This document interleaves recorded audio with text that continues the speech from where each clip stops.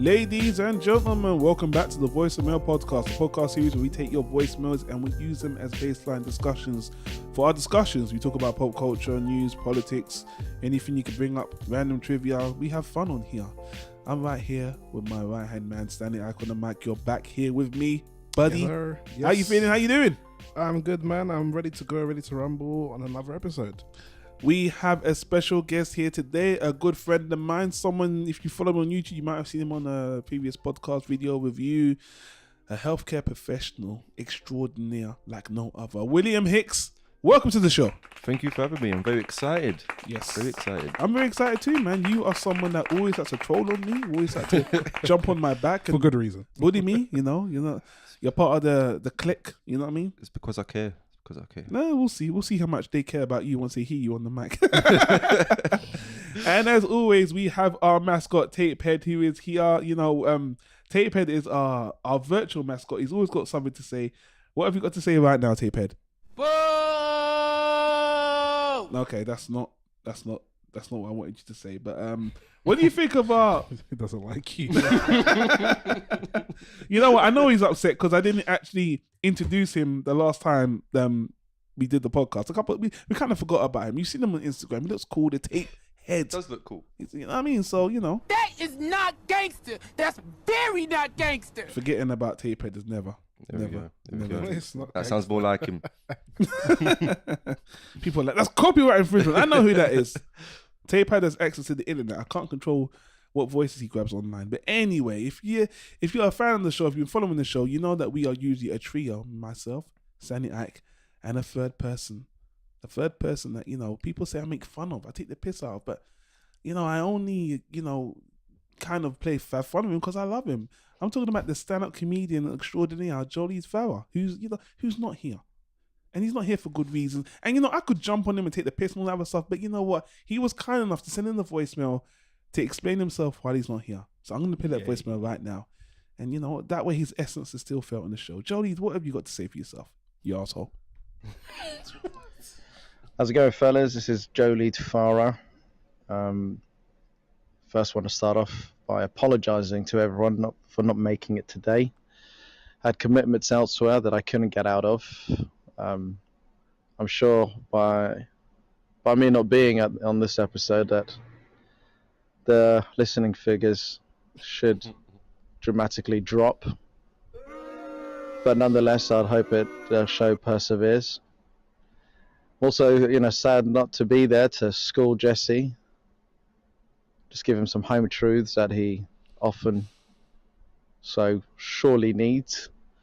But anyways, I digress. I actually did want to bring up a subject today. I did want to discuss what's actually been on the news recently, which is about the banning or somewhat abolishment of teaching LGBT rights at schools. There's been some campaigns recently that has managed to ban 5 Birmingham schools from teaching LGBT rights within these schools. And there's also been a leading MP, I think her name's Andrea Leadsom, leader of the House of Commons, I think she does. She's also said, I think it should be the parent's right to actually make the decision whether their kids should be quote unquote exposed to this lifestyle. Anyways, I just wanted to know what you guys' thoughts were on this, whether you think should be the parents' right to actually, what I would say, stop their kids from learning LGBT rights, or, that it shouldn't be a big deal at all. It should just be part of standard education, just known about a group of people, which is part of our society. Want to know your thoughts? Game, sorry I'm not there. Sure the show's going to go terrible without me, but hey, I'm sure you'll have fun. What's up to Stan as well? Sending my love to you guys. Not you, Jesse. All right, peace. I'm out. That was so nice. Actually, before we start, let me play the sad music for Jolie's Farah. He can't make it to the show. His presence is missed. But there was one thing that Jolie's Farah forgot to mention. One of the reasons why it's not here. Did you actually see that in the message that I'm gonna put out there? Sad old Jolie is going to fucking France again. Poor Jolie, so broken up to be here, is going to be in fucking France. Here's something for you. They do things differently over there, so can't blame him. I'm triggered by this fool. Hope you enjoy yourself in a goddamn summer with that goddamn cheese, Jolie's flower. One of the traders I got especially for you, specifically for you. Hope you're listening, Jolie. But in a more serious note, let's talk about the thing he mentioned at the end of the message, where he wanted to bring up about the LGBT teachers in school. I'm gonna actually just put myself out there and say this: I had no idea they were even thinking about introducing this in the school curriculum. Or when I always thought that not teaching enough about cultures in general. Again, this is a generational thing for me. I'm like, wow, I didn't even know they were thinking of doing this in school, let alone now they're going completely against it. So to me, I don't know how I feel about this because I didn't even know they were thinking to introduce it in the first place. But to hear that they're taking a stance, we're not doing it anyway, we're not putting it in. I just didn't even know. So I don't know how to feel about it right now. Just, what do you guys think? I knew nothing about it. It's the first time I'm hearing about it. Must be hot off the press. Yeah, it's a heavy topic. When Johnny did bring that up, I was like, really? I wasn't expecting that. I remember coming in here and you were like, oh, we're gonna have a nice light show, have a bit of fun, and then bang. I think he's just trying to sabotage us because basically he's a comedian. He's not here, says that because I can't make it funny. Why don't I just throw him a little dour drama bone? Let the episode sink, and then I'll go to France with my wife, enjoy the sun and cheese and wine, and then come back and save the show. Hey man, it's an interesting topic. Do I have a fuck you button for JD again, Jody? Oh, I'm gonna stop picking on them, but nah, I mean, whatever. Let's just get on. Look, I think what, actually, Jody, since you think you're so clever, we're gonna save that topic for you to come back. How about that? Why are we gonna have that discussion without you? Brought it up. It's courteous, isn't it? Yeah. By the way, we just want to say that we support all types of LGBTQ. ABCD, regardless of your persuasion. Exactly. Yeah. So just because Jesse doesn't want to talk about it doesn't mean he's a bigot. I told you he was going to be a perfect. He's covering your back. He's covering Will. He's covering Jody. You see, I've seen Jesse's girlfriends, and trust me, he supports LGBTQ. Triggered. Wow, man. Jody's defending. Man. So you really don't understand how this works. I'm the editor. I've got sound clips of what you say. I can manipulate them. Hey, I'm triggered, Jay, because you're silencing me, yeah? Freedom of speech. Yeah. Exactly. Let's see what I can do with the edit with what you just said there. All right, let's move on to actually what was on the docket to speak about anyway. So we're going to start with a voicemail from someone else on the team, which is he's actually bringing up a popular topic that is trending in the news right now, which took a lot of people, which shocked a lot of people. So why don't we listen to this? And this guy's going to actually, he's one of our own. He's going to tell us what we're going to be talking about. Hey, the Catface Killer here. So I'm pretty sure you already know because you tend to be more on top of mainstream media than I am in news and stuff. But James Gunn got rehired for Guardians 3. Thoughts? I mean, I am actually a little surprised that Disney turned around, but hey, I mean, I guess it's better for everybody, maybe. Well, you, me, and Jody and Stan have spoken about this quite a lot. You're the guest. We haven't heard your voice on this. So, James Gunn, Guardians of the Galaxy, got fired for those pedophilic tweets he made, them jokes, bad taste. You know about that? Yep. I've seen some of the tweets. And, okay. What did you think of the whole thing? Did you actually know that he got rehired? Did you hear about that? I did. So let's hear your thoughts on this whole thing before me and Stan jump on this. What do you think? Well, I think it's a very smart idea. Guardian of the Galaxy is pretty much James Gunn's baby. Who were they going to hire? They didn't hire anybody else when they fired him. They fired him how many months ago? So over 9 months ago, I think. Yeah. So they didn't hire anybody else. So it's a good idea just to hire him back anyway, because the actors love him, the audience love him. He made those tweets were silly, and we've all made silly mistakes. Most of us don't put it online, but and keep it online. And keep it online. And don't delete them. Exactly. I think it's stupid. Was it Kevin Hart put out some sort of homophobic tweet years ago, and then they cut him from the Oscars. Yeah. So yeah, true. Good point. Another one. So it's Disney likes money, and to be honest, it wouldn't surprise me if this was Disney's idea all along. You know, Interesting. it's put Guardians 3 back on people's thoughts, you know, and now people are gonna go and see it. Okay.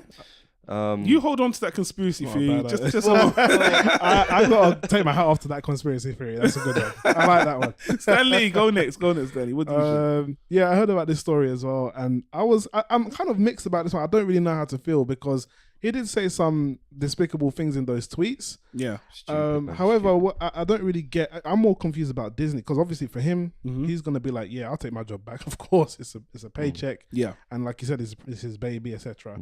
But what role are Disney trying to play here? Were they trying to make an example of him? Like, have you learned your lesson, you naughty boy? Or is it more of a case of like you just said, like kind of bringing Guardians of the Galaxy 3 into people's or was it purview? they're desperate. They got no one else. Exactly. That's another thing as well. That's another angle. Like, or are they actually coming hat in hand on their knees and like, actually, we probably like we're a bit too trigger happy. Then please come back. So I can't really tell what's going on, but.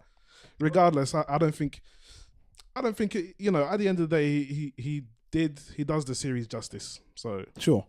So before I give my point, I've got a nice clip that talks about the politics and the business behind this, because there was a lot of nonsense going behind the scenes that I didn't even know of that has come out now that they've said they've rehired him. So let me play this clip and then we'll talk about it a bit more, and then I'll go into what I really think about this whole thing. I will just say this: I think it's a good thing. But there's some shenanigans in the background that I was surprised to hear about. So let's have a listen. After nearly a year, Disney has apparently rehired James Gunn to direct the forthcoming Guardians of the Galaxy 3. This is after originally firing him last year when alt-right figures pretended to be offended by tweets he had sent about a decade earlier. It was a brazen attempt to just take him down. They didn't like him. And when he was fired, virtually everyone in the cast put out a letter pleading for him to be reinstated, but Disney sort of bided their time. According to reports, they never really, there's no evidence that they pursued a replacement for him and just sat on his script and then eventually rehired him. Apparently it was mulled over and actually made months ago following conversations with Disney studio leadership and the team at Marvel Studios. They were apparently persuaded by Gunn's public apology at the time and his handling of the situation. And so we have a bit of his reaction. He tweeted this today. I am tremendously grateful to every person out there who has supported me over the past few months. I'm always learning and will continue to work at being the best human being I can be. I deeply appreciate Disney's decision, and I'm excited to continue making films that investigate the ties of love that bind us all. I have been and continue to be incredibly humbled by your love and support. From the bottom of my heart, thank you. Love to you all. So part of the reason alt-right targeted him is because he was very vocal against Donald Trump on social media, including Twitter. And so they've done this a number of times. They did it to Sam Cedar, and he was also joking, and it was against Roman Polanski. They took it totally out of context. MSNBC panicked, fired him, and then rehired him. Ridiculous. It was just preposterous. I don't know if it's obvious to you guys. It's obvious to me. They did it to me. And so, but at least the stuff I had written, okay. And but in the case of James Gunn, he was obviously joking. Now that you could say they were horribly inappropriate jokes, but they were jokes. And so no one actually believed that he was in favor of those things. But some of the people who spread those comments actually are in favor of those things and have said so publicly. I won't get into names here. So some of the actors went as far as saying, I won't do the next movie if James Gunn's not in it, which was really brave of them, considering that like the alt-right weaponizes Me Too, right? And it weaponizes the things that we care about, like pedophilia, etc. And so it takes tremendous courage for the actors to come out and go, even though he has been accused of being insensitive to these really important, sensitive issues, I'm still going to back him so much that I will not do the movie if he's not in it, because he was joking and this is crazy. In some of the news reports today, they actually mentioned that James Gunn was targeted by the alt-right, which I was thrilled by. Thank you, that is super important context. This didn't come out of nowhere. It was basically Oppo research. And one of the things they wanted to do was get him fired. Now that has failed, thank God. The other thing they want to do is make sure he didn't tweet against Trump anymore. And unfortunately, he hasn't had any tweets since. So they're probably still celebrating, and that's unfortunately how demagoguery online works. The reason why I brought that clip up is because they were talking about the political aspect of why he was targeted. So the one thing I want to talk about is the business aspect of what was happening. So what you got to remember, and again, talking a bit inside baseball about what was happening, Disney at the time, they were having that acquisition with Fox, and it was based on a couple of things. So when that James Gunn tweet thing came out, it made them look bad. Apparently, they didn't want Fox to be scared to get out of the acquisition, you know, with the pedophilia thing. So they say they fire him in, you know, fire him publicly. Then they weren't, you know, just to save face. But then they couldn't find anyone else. They counted with it. You know, we'll just hire him we'll wait for this thing to blow over. And now the Fox was basically already done. Now they're coming out and saying they actually didn't really get anyone to hire anyway. And he wasn't really fired. And they just had to keep it cool to let this Fox Disney thing go through that it has. And now they've hired him.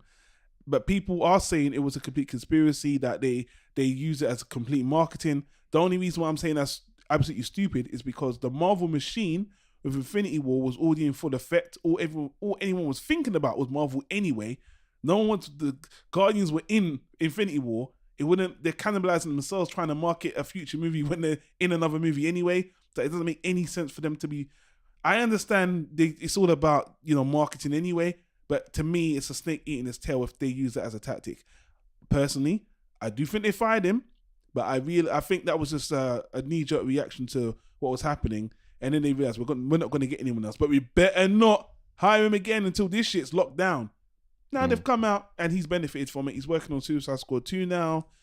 So I forgot about that. Yeah. Yeah, so he's come out even more on top. And I just think the Guardians of the Galaxy was way too woven into the narrative for them to get anyone else. No one else wanted to touch it. The actors were behind it, like they said in the clip. So, yeah. Conspiracy, nah. But I am surprised. When I heard he was hired again, I was surprised. Like, really? Yeah, okay. I was as well. So, but, you know, it's a good thing, and it was politically motivated. I thought Disney was just so chicken shit not to see the forest for the trees. You know what's going on here. This is just this. But I agreed with them just in the fact that he kept the tweets up all that time for those years, even though he apologized. He probably forgot about them.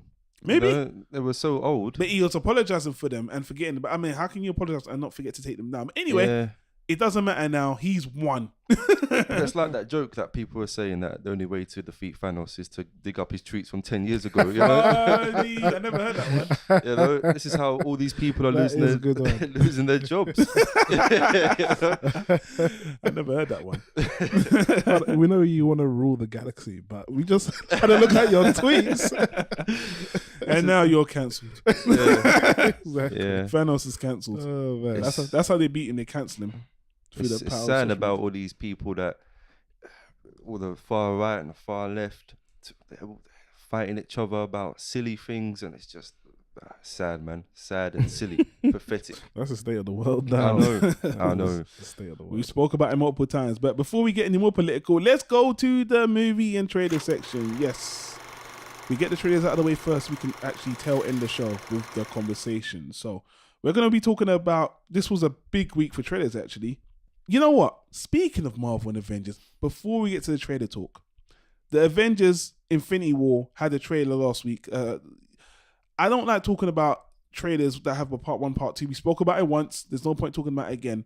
But the Russo brothers, the directors, came out and said something magnificent. Okay. What did they say? They said the Avengers trailers that have been out are fake. Oh, really? What they've been using is extra footage from That doesn't surprise me the movie, because they don't want anyone to know anything about the movie. That's a very good idea there. I appreciate that. Yeah. You know, even though it's kind of gimmicky, but I appreciate it because it's so like it's a bit frustrating when you're just seeing too much in the trailer. Yeah, exactly. But even the first Infinity War trailer, they had like the Hulk. In Captain America Civil War, they actually do this on purpose. But they said in Infinity War in particular, they said what you're seeing in these trailers is not the narrative at all. But it was shots they took. But they said that, guys, we can use so much extra footage, cut footage, to make a trailer for you guys that looks good, but we want you to be surprised. And I was like, that's amazing. That is such a great thing to do. That's a great idea. But they don't even need to sell this film. Everyone's gonna see it. Sure. You know, so they can literally jinx. Let me tell you something. There's people already out saying that fake trailer, that's what you want me to think. But then you're trying to fool me. You see people that look double, you're trying to trick me doubly. I know this is the real trailer. You're just trying to fool me. But now you're going into the whole thing about the snake eating its tail and all that. Like, going around in a loop. Yeah. So no, I believe them. I'm not going to lie about this. They want to maximize their money and they really want to surprise people. But I was just like, I wish more trailers. I know it's very unconventional. It's a really interesting tactic. I don't think other studios will do it, but I would like it if people did use extra footage.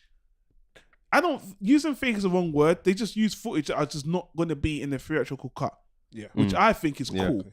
Yeah. You know what I mean? That way the trailer in itself is something extra. It's not even in the movie. I'm trying to think what other film has done that. There's been other films that have had trailers where it's like, that wasn't in the film, that wasn't in the film. Do you want to know the most notorious one?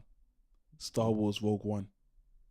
Oh, really? That thing wasn't even in the movie. The ending, they changed the ending. But that was one of them things where they changed the movie ending completely. That wasn't even done on purpose. They had the movie at a certain stage when the trailer came out, and then they changed it by the time the movie came out. Wasn't the director like fired? Not yes, fired, but correct. they got a new guy to come. They did. But that whole Star Wars thing is messed it's a up complete as mess, well. yeah. It's a complete mess. You know, yeah. that's like, but they should take that on as a tactic, though. Start using extra footage, carve a narrative with the trailer, give it it's like a bonus feature of the movie. I think it's a really great tactic. It's something like bigger production houses or movies that have bigger budgets can probably have. They probably have the ability to do it. Whereas with a film maybe that is not expecting much, they don't have that much elbow room to do that. Yeah. But in the ideal world, I think that is the way to go. It's a great tactic. So let's move on to the actual trailers now. That was a good aside though. So that's what we're not talking about. The Infinity War trailer. It's fake.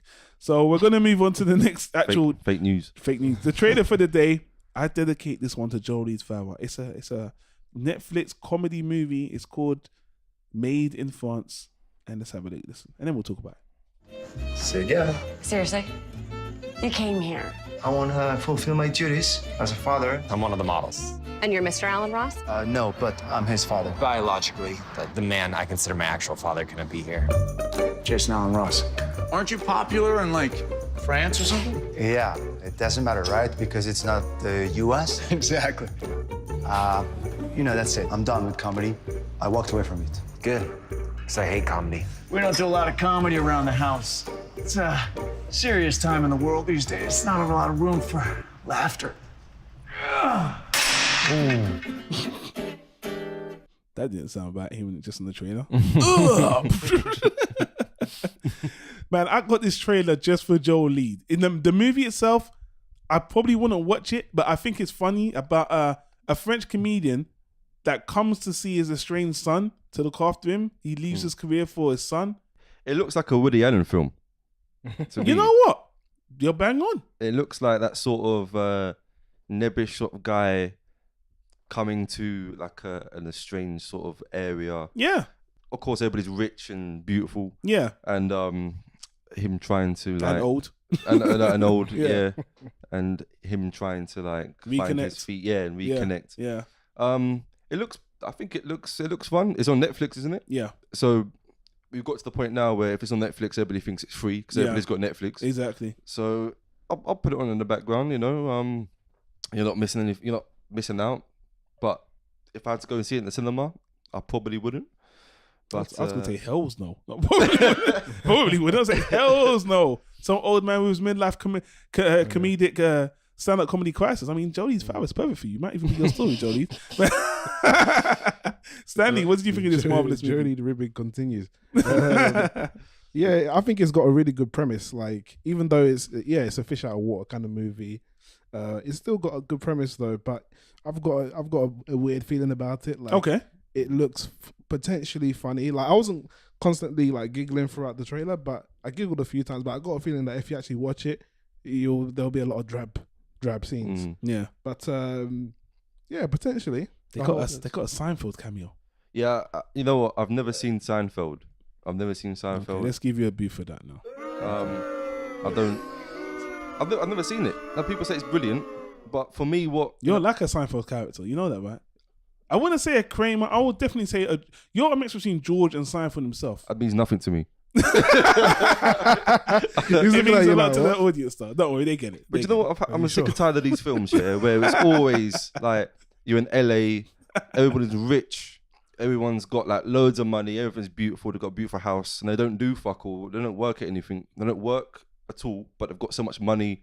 They're all well off, and it's like, yeah, boy. A lot of movies are like that. I know, and it's like you got the token ethnic person, not even a black man. It's always like maybe a Chinese person, the guy driving a car or something in this, who's Chinese. There we go. Sounds like a good checklist. You sound like a movie executive right now. Check. Well, check.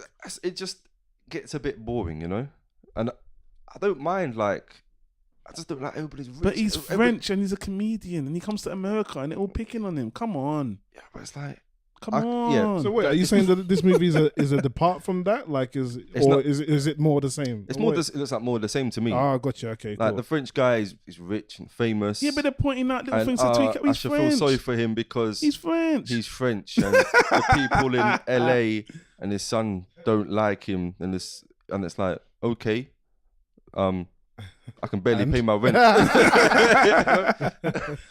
But hey, look, I'm just being a grumpy old man. But you know what? You're right. The way you pointed out, you're right. We cannot relate, but I'll tell you something we can relate to. The next trailer, Cocaine Island. How about that? Not me personally, but I wish I could relate. Even that's the habit for the LA people, man. There we go. There we go. Let's listen to the trailer for Cocaine Island. Yeah, it wasn't just a joke. There is a movie called Cocaine Island. It's a movie doc. Like, isn't Blow that one of Johnny Depp about cocaine and, you know? Is it a documentary or is it like a film that's made to look like a documentary? I think it's both. No, I think Can it's it be that. both? I think it's a doc, and then they're reenacting the thing like a film as well. Okay. So anyway, let's play the trailer and let's talk about what we think about this anyway. A northern fairy tale starts off once upon a time. A southern fairy tale starts off, y'all ain't gonna believe this shit. Cocaine, over 70 pounds. Just waiting for someone to dig it up. I am a dreamer, but I'm not a greedy person. I wanted to take care of my family. We've got a plane, we've got a pilot, and we've got a plan. Let's go get it. I was talking that smack, that drug talk. Say hello to my little friend. What the fuck are you doing right now? All right, so the pitch for this movie, if you watch the trailer, as you can see, seems like this guy who flew to an island, dug and just found cocaine. Yeah. And then from there, he just kept on finding it, tried to make his own business, got into trouble, got into drugs and stuff like that. You know what I will say? In London, about 2 years ago, there was a story that somewhere in the Midlands, there was weed buried. And I think these locals found it. Yeah, like a good mile of weed that some gangster had buried, and then this yokel found it, and then they were trying to sell weed for a while, and then someone leaked it to the police, and then they found like 4 tons of weed. See, weed's not too bad, but with cocaine, it's a bit like, was it True Romance, where they get a briefcase for the weed and they try and of cocaine, they try and sell it. Yeah, it's difficult to sell these drugs, you know. Sure. It's true. It's true. So I suppose that's what the film's going to be about. Because the people that are going to buy this shit are crooked. They're probably crooked, exactly. Yeah. And yeah. if you don't know what you're doing, then you've got to be killed. And then obviously it's someone's cocaine. Yes, there we go. That's someone's shit. That okay, they're saying, you know, maybe it's Escobar buried it 20 years ago and he didn't even know it. He found it, and then, you know, but then there we go. The cartel comes like, hey, motherfucker. But I've seen so many films like this where they find like drugs. Yeah. And then they wait a minute. Oh no, I was just thinking of, you know, that Tom Cruise movie that just came out. He was a pilot for Escobar, like actually. Made in America. Or yeah, he was a pilot for Escobar. So that was not the same. He fell into that. Yeah. But it feels similar. It feels similar. Just quick, isn't there also a film on Netflix about weed, like Weed Island? I think so, you know. It sounds familiar. I don't know what it's about. I swear when I was watching this, I was like, wasn't there a Netflix show? It looks. Wait, Fire Festival, yeah. No, it wasn't Fire Festival. That would have made that festival much better. That's coming up. That's coming up later, guys. Hold on to that Fire Festival. That's coming up later. But when we were watching the trailer, it looked very similar. Yeah, it did I've seen it before. Well, we've seen a lot of these drug stories. So many of these drug stories. Yeah, it's a popular. It's a thing at the moment. Yeah. So, would you guys watch this based on what you saw? No. No. You don't want to see what this Hick does when he finds a cocaine and we on this crazy adventure. That's the problem with Netflix now. They buy they're snorting too much cocaine and making all these films here that no one wants to see. Like they're making all these. That's harsh. Well, some of them are okay, but yeah, because everybody else is making their own platform now to put their films on. Yeah. So all the films you want to see are going off. Yeah. And they're making their own originals, and a lot of them, I just can't be bothered to watch them. Sure. And some, I'm not gonna lie. I see a Netflix original. I'm like, fuck that. It's gonna be shit. Damn. I know. Used to be you see the quality. Now you're saying that meh. Netflix Right. got this new show on right now called, is it Death, Love and Robots? I haven't seen it. Oh mate, I'm watching it. It's amazing. I've it watched good? the first 2 episodes. It's like an anime. I like So it. I'll give it a watch. What was the other one? Russian Doll. I was like, nah, this is boring. I heard about it. I didn't watch it. Oh mate, we saw the trailer. We watched the trailer for that, man. Russian Doll, yeah? Yeah, I watched the first Oh, episode. the movie that Yeah, Raven was she kept loving. on seeing. It's not She a kept movie. on going back in time, like a time loop. Yeah, kind of yeah. thing. It's like what's that Bill Murray film? Groundhog Day. Groundhog's Days. Apparently, I it's don't like remember that. watching that, the trailer. I've forgotten. Was it? Oh, was well. it? But that one was. I don't think I watched that I watched trailer. another one called Night Flight. A little bit of that. It's a TV show and a Netflix original, like high budget. Yeah. Apparently, it's written by George R.R. Martin, whatever. And Oh, shit. yeah, I heard about that one. I did hear boring. that one. Boring. Too much money. You not gotta enough. you gotta be more picky, I think. 'Cause- Umbrella Academy. yeah, mate. I You wasn't. know- I didn't. Everyone was saying how good it was. I watched it. I was like, this is the most generic shit. Mate, honestly, all the things you just mentioned, I've seen the trailers for them, and I'm just like, nah, it doesn't entice me. Yeah, it's just Like- it's like Right. generic. You know what? shit, You man. guys are right. Maybe Netflix just pump out too much stuff. Maybe you guys just need some nostalgia in your life. Maybe you need a big budget company to bring them some nostalgia. You know what? Where's I this think- going? I think you need a friend. I have a friend in me. Oh yeah. Not bad. Not a Oh, bad gee, segue. Not a yeah, bad. that segue. wasn't too bad. Yeah. Well done. Everyone, Bonnie made a friend in class. Oh, she's already making friends. No, she literally made a new friend. I want you to meet Forky. Hi. Hello. He's a spork. Yes, yeah, I know. Forky is the most important toy to Bonnie right now. We all have to make sure nothing happens to him. Woody, we have a situation. I am not a toy. I was made for soup, salad, maybe chili, and then the trash. Buzz, we've got to get Forky. Affirmative. You got a friend in me. Toy Man, Story 4. I can't believe they're making this, man. I heard they were making this years ago when Yeah. some girl I worked with who was nuts. Yeah, she was saying that they're making a fourth one. I was like, you're stupid. I straight out said she was stupid. And then I found out they're making it, and this looks awful. I'm sorry, this looks like one of those extras you get on the DVD for like Incredibles 2. Straight to the yeah. I'm like, why Wow. they're doing the same story from Toy Story 1, Toy Story 2. No, the toys. The they're little gonna girl come- makes her own toy. That Yeah. makes That's never happened before. Come on. That hasn't happened before, but I know what Will's talking about, because what they're doing, they're reproducing the same story, but they're just Yeah. changing some things about it. You gotta go i.e. collect bringing a spork into spork? it, What the fuck is that about? making Bo Beep this questionable character. Well, you got to get the woman character in there now. Well, she because, was lost, You innit? got to represent now, and I like little. But Bo Peep was always kind of a cool. She was Yeah. always a cool character. I liked her in the original films, but Yeah, Alright. now they've changed her, and they're probably they got to do the whole like badass like woman thing, which it's not a bad. she thing. was always a badass though. I thought she was always. She was. I thought so. She wasn't a bad. She was strong-minded. She was strong-minded. She was yeah. very strong-minded. Yeah, so I've got no problem with her. Yeah. But I've got a problem with them trying to collect this fucking spork that his girl's made, and it doesn't even want to be alive. Like what the fuck? And the first three were perfect. Like Yeah. the trilogy. I wouldn't go that far. No? Yeah, but no one. Yeah, but you're wrong. Come on now, we've established that. No, I think people. People. You. Listen, Yeah. we'll get. We'll talk about that another time. But Okay. we've had a few people. A lot of people would say, that the first three is like perfect. Sure. Why they're making a fourth? It just feels like a cash grab. Was there anything you guys liked about this? No. Damn, are you gonna speak for Stanley? Yes. You see this guy? Yeah, put the mic down, man. I'm speaking with Stanley, speak for yourself. Defend yourself, Stanley. You loved it. You loved it. No, I didn't love it. You loved No, it. Let's move on. Stanley loved it. Oh, no, you're talking. Yeah, I know. You're speaking for me. Nah, I gotta say my piece, man. Yeah, it looks shit. No, I'm joking. No. You know, I can't really tell what to. I can't tell what I should feel. Like, actually, it looks kind of, again, regurgitating stuff that they've done before. But because Toy Story has traditionally always been good, I'm holding out hope for it. But honestly, Toy Story 3 for me was the best Toy Story. Oh, really? For me, yeah. And I thought it was touching. It was funny. Like, especially at one the of end the best animated movies like of all time for me personally. You like the bit where they all go to the fire? Was that your best bit? Well, that bit, you know, if it ended there. Why did I know he was going to say that? If it ended there, it would have been my favourite trilogy of all you time. serious? No. Yeah. But if it ended there, That would have scarred kids, man. it would. But that's Generation of basically kids. saying, listen, life, you're disposable. You know, There you go. you're Oh, nothing man. but a cog in a machine. See, that's the healthcare professional that we need.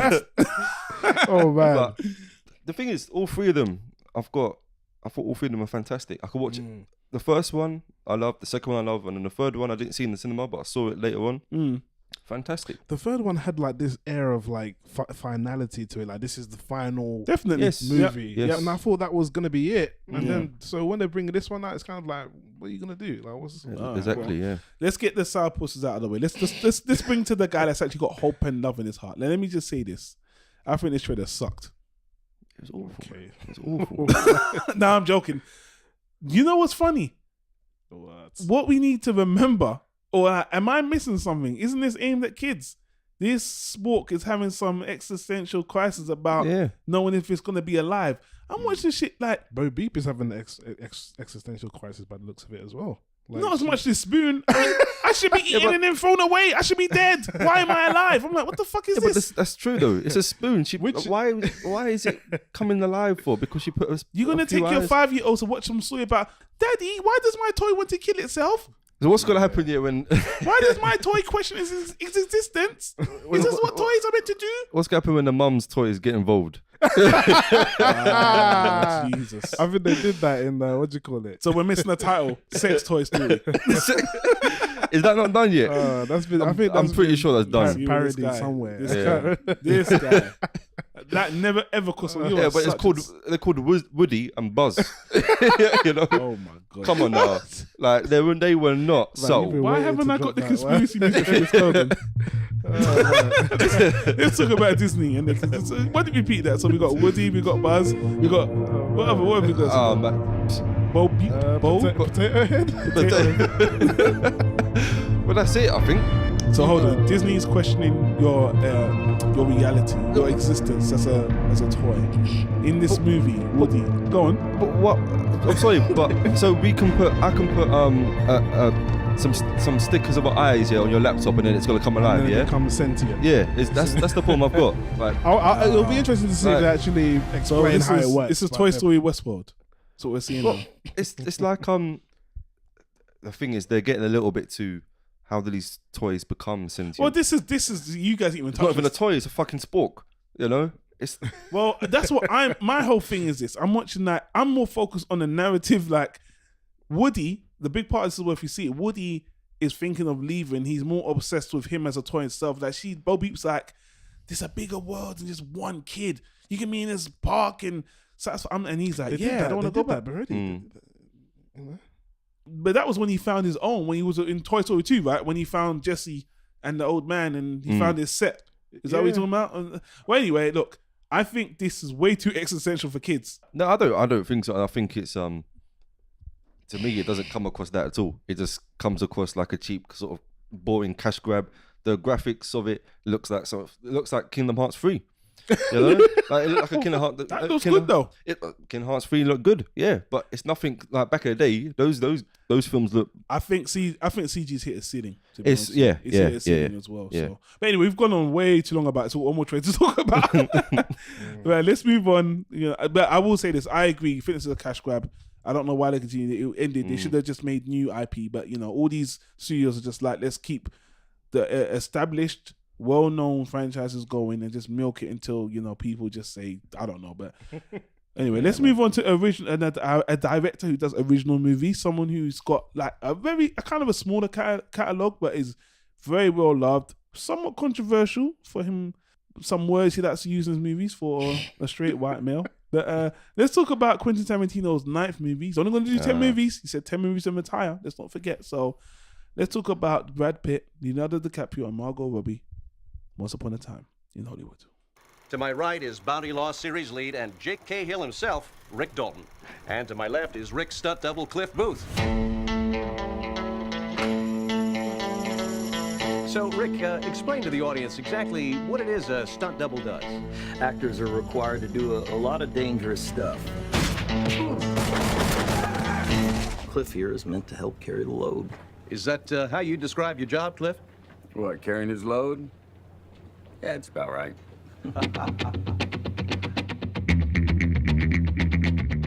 The thing about the Quentin Tarantino movies, I always find them fun. This movie just looks like a lot of fun to me. The trailers always look fun. Yeah. The guy knows how to make an interesting trailer. I find this movie's fun too. I don't think there's one movie where it's boring. I just find them, I know they can be offensive and jarring, but... They're a bit the same though. They're all sort of melding into the sort of Okay, same... hold on. His last movie, what was it, Despicable 7 or... like not Hateful Eight. The Hateful Eight, sorry. always get it mixed up. That one was actually good. That one was good. It's fantastic. That one's good. But Django? You like Django? Django was all right. I didn't mind it actually. Some people were hating, Yeah, of course. But I thought it was actually okay. But look, with Tarantino, like Reservoir Dogs, fantastic, and then he peaked with Pulp Fiction, and then from there, Pulp Fiction is one of the best films ever made. People say. Sure. Jackie Brown, I'm not a massive fan of Jackie Brown. I like it. I'm right there with you. But yeah. it's, I think, overhyped. Overhyped. I agree. Personally, Robert De Niro, completely wasted. I forget he's in that film. You know what? It's a different character for him. It's very quiet, very subdued. He didn't need him in that at all. I like seeing him playing that different role. But let's not go into the Tarantino hole. Let's talk about this movie specifically. Well, that's what I mean. This film, it looks like a sort of Jackie Brown sort of film, where you've got DiCaprio playing DiCaprio, you've got Brad Pitt somehow playing his stunt double. It's set in the 70s, I think. Dynamic. That's hilarious, by the way. I think that's hilarious. Just seeing that. I like Brad Pitt. I think Brad Pitt's a very good actor. Yeah. It's set in the 70s, so Tarantino can get his sort of grindhouse, black exploitation, getting some of his favorite, like, what's the guy, Bruce Lee, and all that in it. It looks a little bit like, you got Margot Robbie in it as well. It looks a little bit like Wolf of Wall Street 70s. I've got that sort of vibe. It's gonna be fun. Well, it's based on some true events. Is it the Manson murders? I think this is based. That's what I thought. That's what I thought it was gonna be about. This is about it. Is that? Yeah, Margot Robbie's one of the women that gets murdered. Yeah. Oh, really? Yeah. See, you know what? That. So can you elaborate a bit? I don't actually know about this. Well, let me not, because I don't want to. We'll talk about it off mic because I just don't want to make this much longer. But based on the trailer, because this was more that kind of a teaser. But would you watch this movie just based on what you saw in the theater? If I went to another film, and I'll sneak into this one afterwards. That means that's just a no. Okay. No, I wouldn't personally. Just in terms of this film, just like it just seems a bit weird. It seems something seems a bit off. I didn't like the very first joke that they did there about carrying his load. Yeah, I was like, okay, is there another joke there somewhere? Yeah, because, exactly. yeah. It kind of set the tone for me. Like I don't think it was a cut trailer very well. The moments they chose to cut, the dialogue moments, I don't think they were great. Especially the ending one. All the comments on YouTube was like, that wasn't like a land. He didn't land that last punch. You're the great actor, and then he mumbled something and just cut. Yeah, exactly. What? So, listen, this is A class film in terms of like the casting, and the director. It's like you expect nothing but the best, but I'm just like, this doesn't look very. It's not interesting me. Wow, it might be brilliant. You don't know. Hateful Eight was good, man. It was like a play on a film. Yeah, like it could have been a stage play. Yeah, the way it was set out. He hasn't. To me, Tarantino hasn't made a bad movie. He's made questionable choices and stuff like that in the movie. I even like Death Proof was alright. I didn't mind it, man. Yeah, I thought it was hella fun. Yeah, I thought the ending was if you want to talk about feminism gone to the extreme, that ending is just bananas. But that was before the whole feminism thing as well. So it was he was ahead of his time. It was hell of his It was time, his yeah. He had Kill Bill as well. Women. He was a very Yeah. female empowering director as well. So anyway, I would watch it. I have faith in him. I know people hate him because of his very, his obsession with the word nigger and that. I think people are a bit jealous of him, to be honest, because he always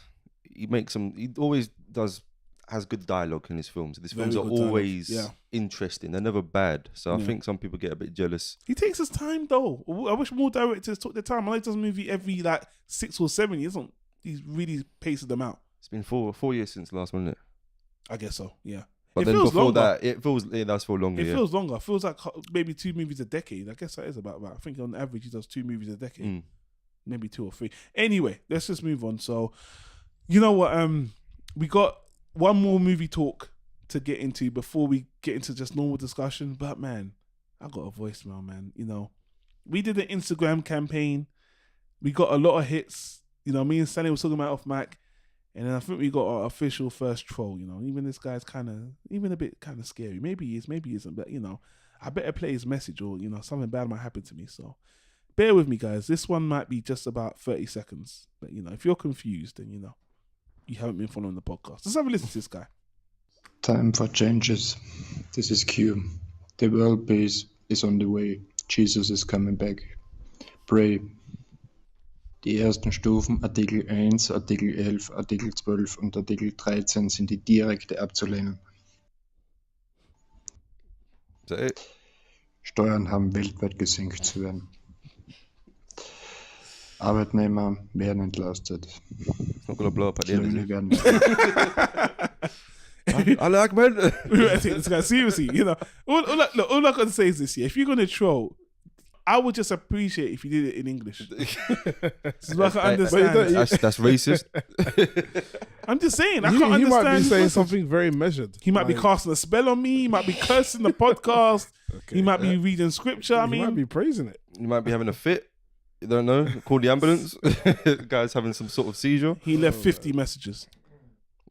Hey, good for him. Do you know what? Because he must love the show. Thanks for being a fan. So not a single thing was in English, like fully. You heard the first part. You want me to play that first part again? Something about Jesus, but what about like the rest? Come on, no. Let's have another listen. This is do we have to? This is the English part. No. Come on. Give all our listeners this was like 10 seconds. Here's the English part. Time for changes. This is Q. The world peace is on the way. Jesus is coming back. Pray. Die ersten Stufen, Artikel 1, Artikel 11, Artikel... All right, let's stop there. So, you should put a beat to that,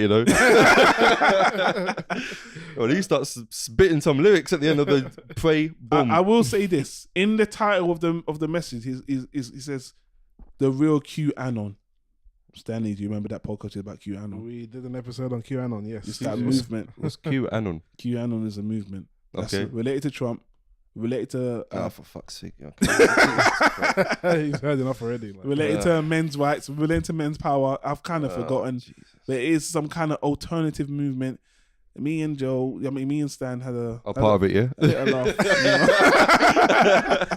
No, I only got hate. No, that week we released episode, I already got like death threats, but they were just texts. I was like, That's good. Death threats means that you're doing something right. In my I opinion, agree. Oh my god, publicity. But now we got the.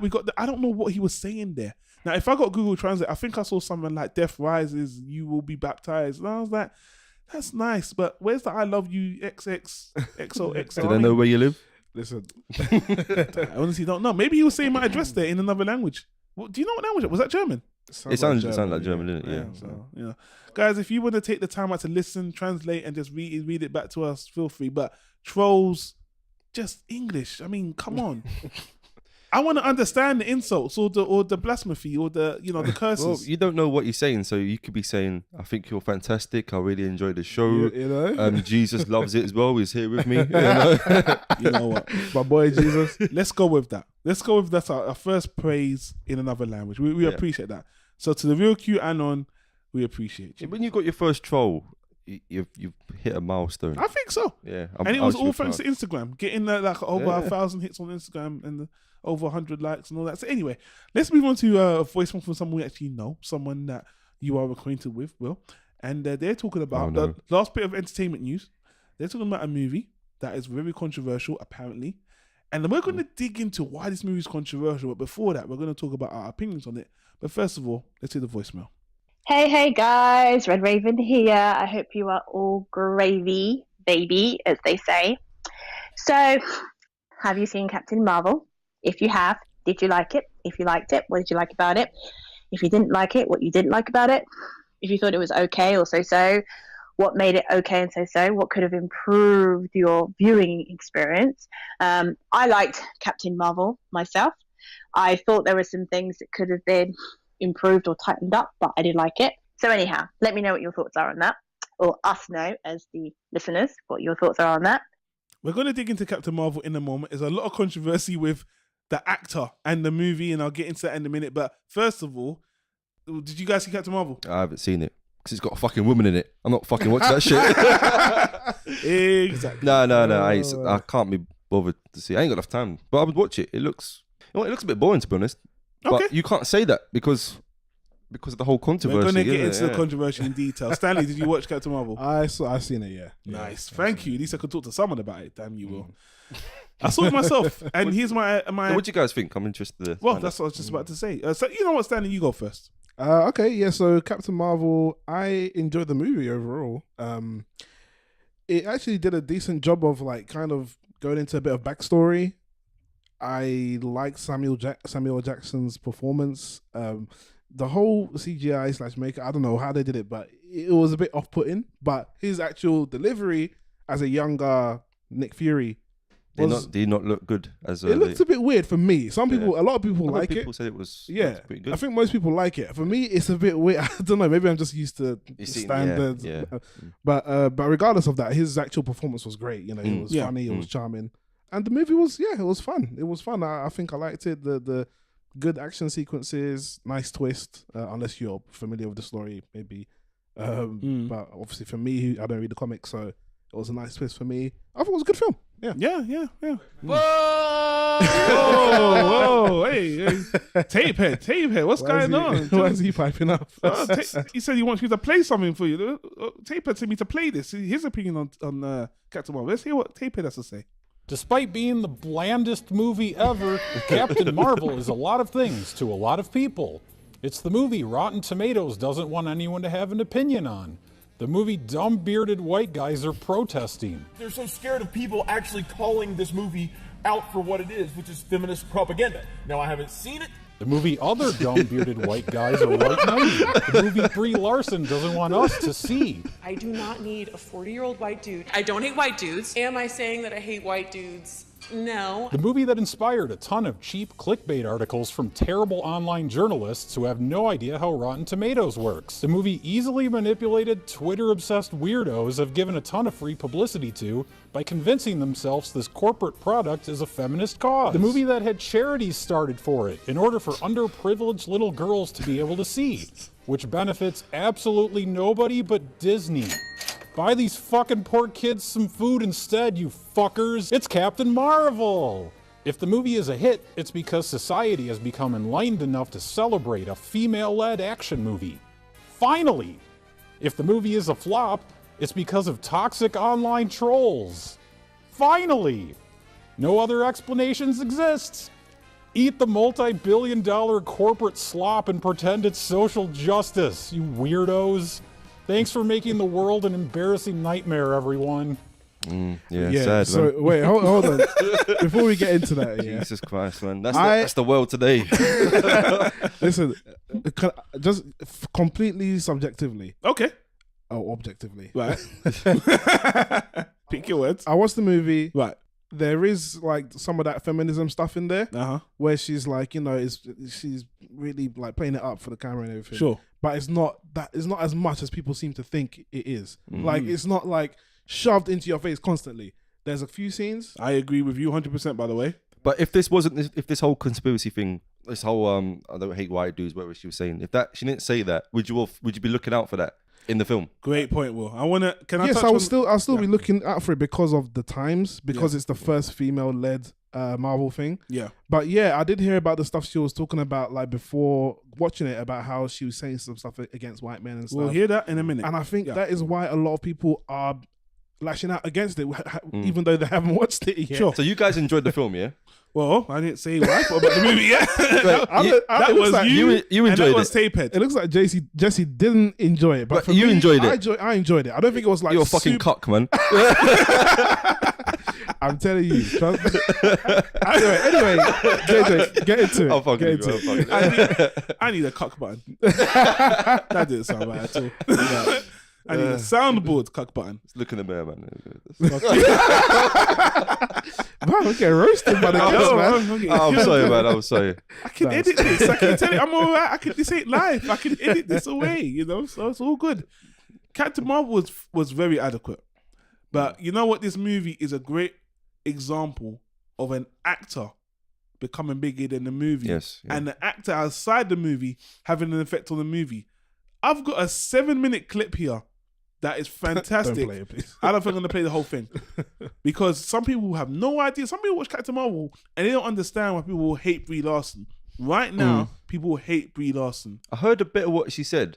I think it was just silly of her to say it because... Or maybe it was a smart thing because people talk about the film. You don't know. Well, again, I'm debating playing this whole clip. What I'll do is I might play and edit it down so you guys, but I kind of want everyone to know what's going on with Brie Larson in this movie. All right. Yeah. So this is taken from a very popular YouTube channel called I forgot what it's called, Red Letter Media. The guys that took down Star Wars. Oh yeah. Those two guys, and that's who Tapehead took that from as well, by the way. So I'm gonna try to edit this down, but the reason why I'm not gonna play it because old boy's gonna kill me as well if I play this whole thing. You already roasted me about playing clips for more than 2 minutes. Well, what's that guy you always play clips from? Franco. See, he doesn't even listen to the podcast all the time. Yeah, just watch that guy's YouTube videos, man. That's it. He stopped recently a little bit after a lot of complaints. That's not all together. By one There's guy. no point. There's no point in listening to the podcast. Let's go to that guy's YouTube channel and you've got the whole podcast. How come you guys remember that episode? I don't know. There was one episode. Oh, there was a few episodes I listened to, and it was just all of his like YouTube videos. Talking a million miles an hour. Man, Catface like destroyed this guy or whatever. It was so funny. Oh man. Anyway, Captain Marvel. Yeah, sorry about that. Let's talk about someone else we should hate on Brie Larson. Okay? Forget about me. Let's move on to Cheese Larson. To the blonde white lady. Cheese Larson. Let's destroy her. Oh, okay. I said Brie. Yeah. All right, let's have a listen. Oh, I get the joke. I thought you meant it. What did you think of Captain Miscast?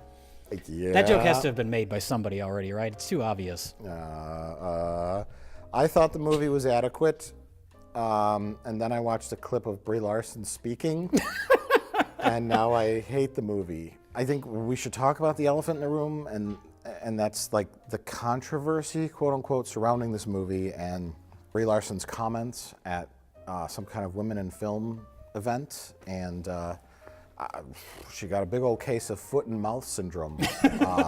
Well, her comments essentially were, first thing I saw was a black woman was interviewing her, and she says, how important is women in film? What does it mean to be a woman in film? It means it's really hard. I remember reading when Captain Marvel was about to come out, or even in production, early stages of it. Brie Larson cast as Captain Marvel, right? And it was a finally moment, you know. The Marvel franchise of 37 movies finally has its first female lead. Yeah. But she's white. And so there was that kind of like, they deflated everybody. And there is a school of thinking within feminism that if you are a white woman, you can't be a true feminist because you are not doubly oppressed. All I know is that she's white lady, and not quite there. Well, the funny thing about that interview clip is it's a black woman interviewing her, and then Brie Larson's like, it's hard for women in the industry, especially black women. And if you're a woman of color, then it's really, really hard. It's like, flip that microphone around, let the black woman talk about that. Like, is that race-splaining? Could we call it that? I don't know. Perhaps, Jay, if you're going to get down in the muck. Then you have this like kind of awkward moment, you know, where it's like, we didn't get 100% of what we wanted. And I feel a little like then Brie Larson had the spotlight on her, therefore she starts to do a little virtue signaling.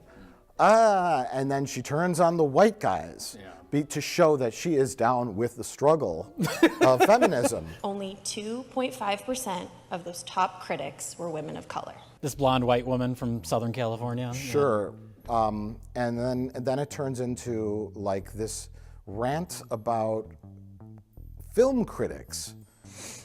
That 67% of the top critics reviewing the 100 highest grossing movies in 2017 were white males. Film critics being mostly white men, right? And then she broke down the statistics, right? And then she's like, I don't care what a 40-year-old white guy has to say about a White dude. She had to make it sound more condescending. Yeah. I don't care what a 40-year-old white dude has to say about A Wrinkle in Time, because that movie wasn't made for him. I do not need a 40-year-old white dude to tell me what didn't work for him about A Wrinkle in Time. It wasn't made for him. I want to know what that film meant to women of color, to biracial women, to teen women of color, to teens. Well, I think there's the kernel of what she was probably trying to say is a positive thing. But I think the way she expressed it was like the worst possible way. Sure. I watched a documentary recently called Horror Noir. It's a documentary about the history of African-American representation in horror, kind of framed from like Night of the Living Dead to Get Out. And so it's all interviewing, black filmmakers, black actors. And there's one part, it's a really good documentary, but there's one part in particular where they're talking about the movie Candyman, which is one of my favorite horror movies of the 90s. And they bring up things about Candyman that I never would have thought of because they come from, a different life experience, different background, different history. And I was like, that's great. Like, they've made me look at this movie in a way that I wouldn't have otherwise. So more voices is a good thing. And that's all she had to say. But by making it this weird, condescending, snarky, I don't need to listen to white dudes. It just comes across so bizarre. Different movies speak to... I'll stop it there. There was 2 minutes left, but I'm trying to keep the clip short. Just wanted to give you, this has pissed off a lot of people. You know what I mean? The way she comes across. She's done a lot of more interviews where she's very much against de-integration and how white people have the power and all this stuff. And again, people that have reviewed her movies have been overwhelmingly the white men that she's blaming. So they're like, what are you talking about? You're just trying to get the cred. You're just trying to be cool. It's like the Ghostbusters syndrome where the film comes out. But this is the thing. The movie, Captain Marvel, doesn't show that. It's her as a person that they don't like. And her outside activities. She seemed a little bit self-righteous in her opinions. Well, people just because she's very SJW, she's trying to fight, but she's a young white. Look, I don't really care about any of that. When I saw the movie, when I saw the trailer, I just said I thought she was miscast. Saw the movie, I thought she was fine.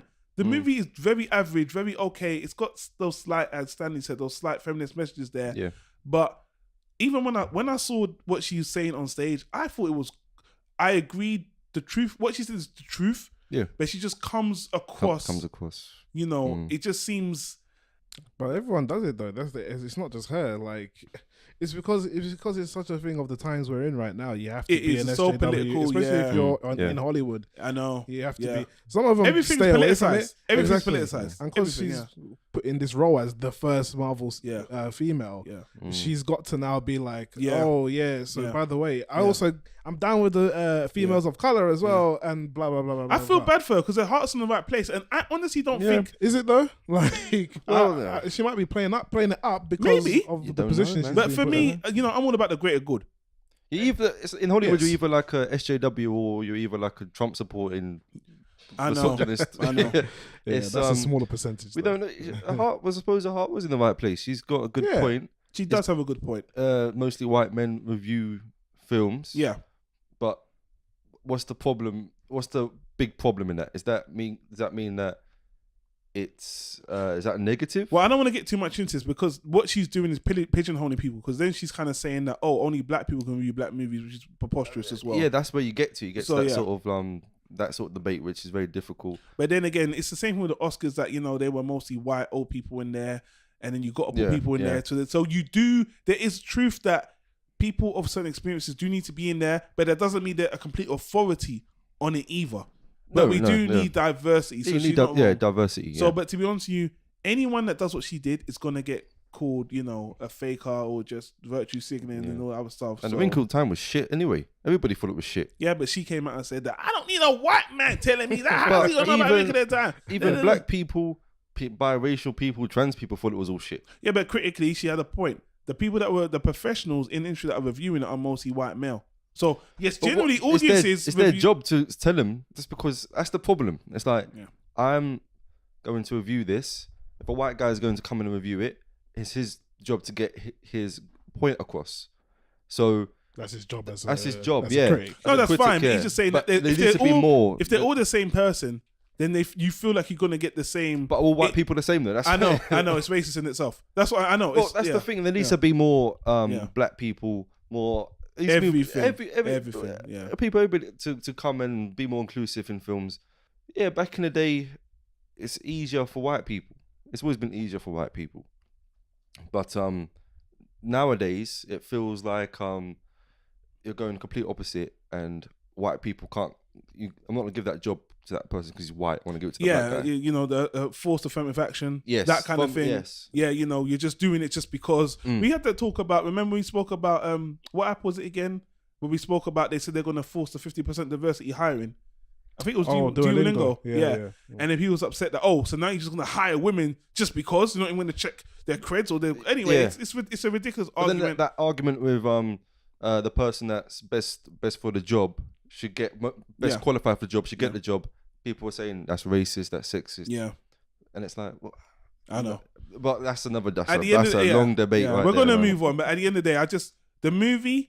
Just going back to the very beginning, the movie was adequate. Yeah. Would you recommend? So you enjoyed it? Yeah. And you follow, but you're difficult to please. No, it was okay. Yeah. It was okay. It wasn't the best one, and it wasn't the worst. I wasn't bored. It was actually funny. There was so much, especially the aliens, the squirrels. They were ridiculously funny. I was like, really? Are they actually meant to be? This is funny. Some stand-up I've seen on Netflix. One of them was just making jokes all the time. I was like, this is fucking hilarious. Now another question. Do you have to watch it if you're going to watch the new Avengers film? I would say no, but because she's so pivotal, it's good to it might feel like it would help. Yeah, because she just turns up at the end of the movie. They basically start the next Avengers movie. Oh, really? Yeah, they kind of start. You know what I'm talking about, Stanley, innit? Yeah, the cutscene. She just comes in, and when you watch me, she's going to be there, and you want to know why and why her power and all that stuff. So I just think she's a bit too powerful, but everything wrong with the movie she's a MacGuffin, isn't it? So it has to be that powerful to beat Thanos, I suppose. Well, anyway. We'll talk about that later. But anyway, the movie's okay. Would I recommend it? Kinda. It's visually nice though. I would watch it, but I just ain't got enough time to go to cinema. Yeah, you know, we spent way too long on this shit. Oh my god, we need to move on. The problem with Brie Lawson, she ain't got no ass. Have you see it? She literally, they hired a ass double for some parts of the film. Hey Stanley, do you see Simon Rad here? No, I know that sounds like Simon Rad, but she literally is flat as a pancake. It's disturbing. I've seen some memes where they're comparing Tom Holland Spider-Man. Yes, to her, and he's got guy. like 10 times. It is a bit odd. It is a bit strange. No arse. Let me make these 2 points. Let me make 3 points. Number 1, the Voice of Male podcast does not associate itself with we did not objectify. Will Hicks belief. Number 2. You're wrong in the fact that if you look at her comic book character, she's not a busty woman. She's not like Wonder Woman. I'm not telling you, her tits are fine. Oh, she's got no ass, man. No. Even if you're talking about aesthetically anyway, just following your very sexist argument, aesthetically... It's not sexist, but it's fact. I doubt that. Her ass isn't that big in the comic book superhero heroines are always... Exactly. They're not stacked. No, a lot of them are... But if you look at the comics, I don't know why we're talking about this. Will, you really getting us in trouble here. I didn't down do the this, rabbit guys. hole, man. I'm sorry, but she's not one of those types. I was shocked. She's not one of those characters. And actually, if you look at the Marvel, if you look at the but you're going deep into no, you already brought this up. The creator didn't want to make her have a big ass because her powers make sure that it's But I'm trying to understand what you're comparing it to. You say I'm comparing her to a human woman, and she ain't got no ass. Her ass was flat. We could take the conversation now. But there's nothing wrong with that. There's nothing wrong. A fictional comic character. I was just surprised. I was very surprised. To a human woman. Brie Larson's not fictional, is she? So you're saying that she didn't deserve the role based on her for all women out there, let me do this. Triggered. Let me just do the triggered sign. Triggered. Let me give you a thumbs down. Yeah, Will. What's her name? This is for you. Red Raven. Just stop. Yeah, stop. she'll be pissed off at me, but she's always She pissed will off at be. me. She will be. And I think you really deserve it. You really, I'm sorry. top time in this time. No. Yeah, that but was the thing amazing. is that she. Just okay. Stop while It's you're a fact. Stop while you're behind. It's a fact. Just stop. Man. Just stop. Tonight you gotta have a look at pictures of her. Let's and you move go, on "Right, to the man." next. Let's move on to the technology segment. Jesus fucking Christ, man. As a pancake. pancake glass. I'm gonna get shit for not editing this, but I ain't going to. No, don't edit nothing, man. Don't censor me. I can't wait for comments on this one. Oh, man. You know what? I think that's episode title right there. Captain Marvel, don't censor me. No, don't censor me flat as a pancake. You need to shut the Anyway, fuck sorry about that. up. JJ stress. I can't continue. This is like, oh man. I can't continue, man. So we need to give an update to the Epic Games story, the Epic Games sewage story. Sewage. So how do you say it? They're getting sued? Oh, by the sewage. I don't know how to say it. They get the plumbers in. The Epic Games court case or whatever. What, for the store? Litigation. No, for the litigation regarding them and the dance moves, all the artists that suing them. shit. Fucking hell, yeah. That shit's still continuing. I got 2 updates. Yeah. Want you guys' opinion on, you know that about 4 different artists came out, including Carlton from Fresh Prince of Bel-Air. He needs the 2 money, music innit? rappers. Possibly. Here's the first update, and then we'll play the second one. And then we'll get your thoughts, because we've all spoke about it on the podcast. I want your thoughts as well after you hear the first update. As you might probably know by now, Epic Games has been recently sued by several people who claim that the game developers of Fortnite stole their dance moves and are making money off them in the game. And while most can agree that it's not okay for someone to steal your creative ideas, can anyone really own a dance move? Welcome back to Inform Overload, I'm Charlotte Dobre. Epic Games are trying to get one of the lawsuits dismissed. The complaint filed by rapper Terrence 2 Millie Ferguson. He claims that Epic Games used his dance move and didn't compensate him. His dance step is called Millie Rock, and in Fortnite it's called Swipe It. Epic Games' attorney said this to California federal court. The plaintiff's lawsuit is fundamentally at odds with free speech principles, as it attempts to lose liability and therefore chill creative expression by claiming rights that do not exist under the law.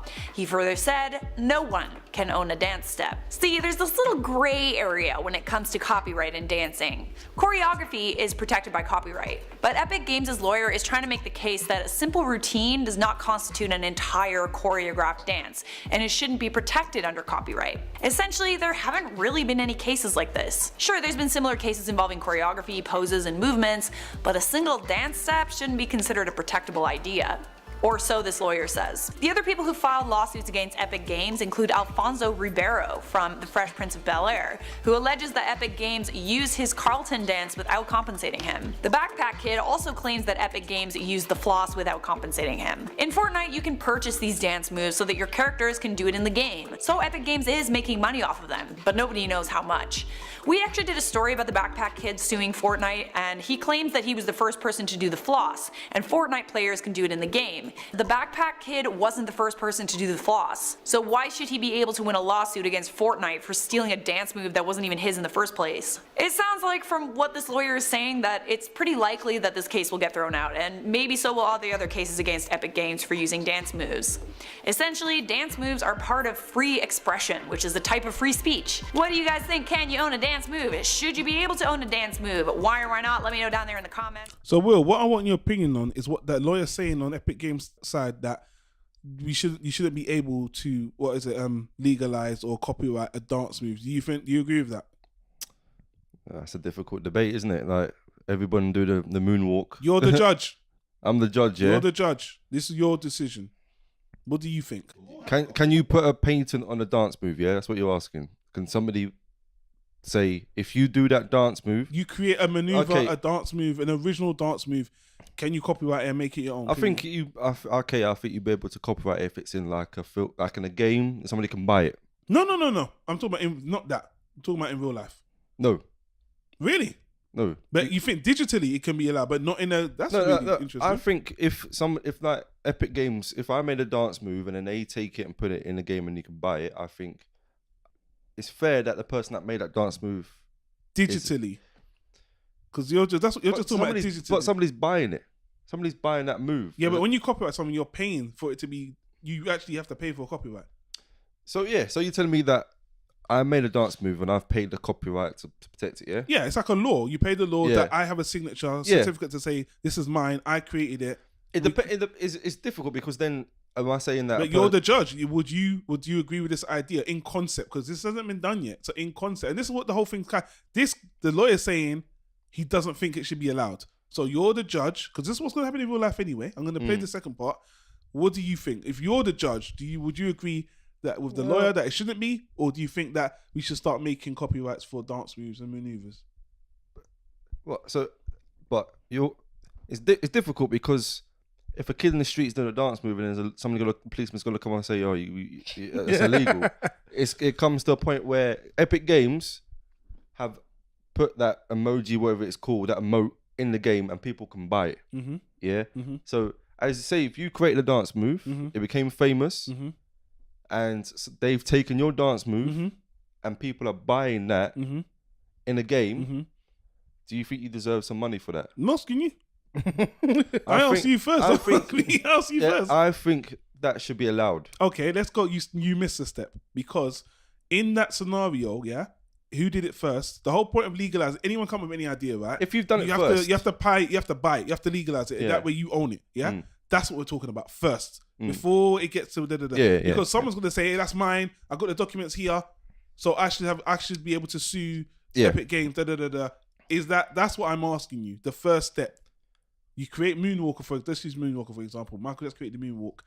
He said he did, he hasn't got a certificate. No one's done it. This hasn't been done before. That's a whole issue. Well, that's the thing. It hasn't been legalized we don't before. know who's actually should it be able to. Like the Carlton dance. Was he the first one to do it? Let me tell you something. Who knows exactly? No, here's the thing about life, right?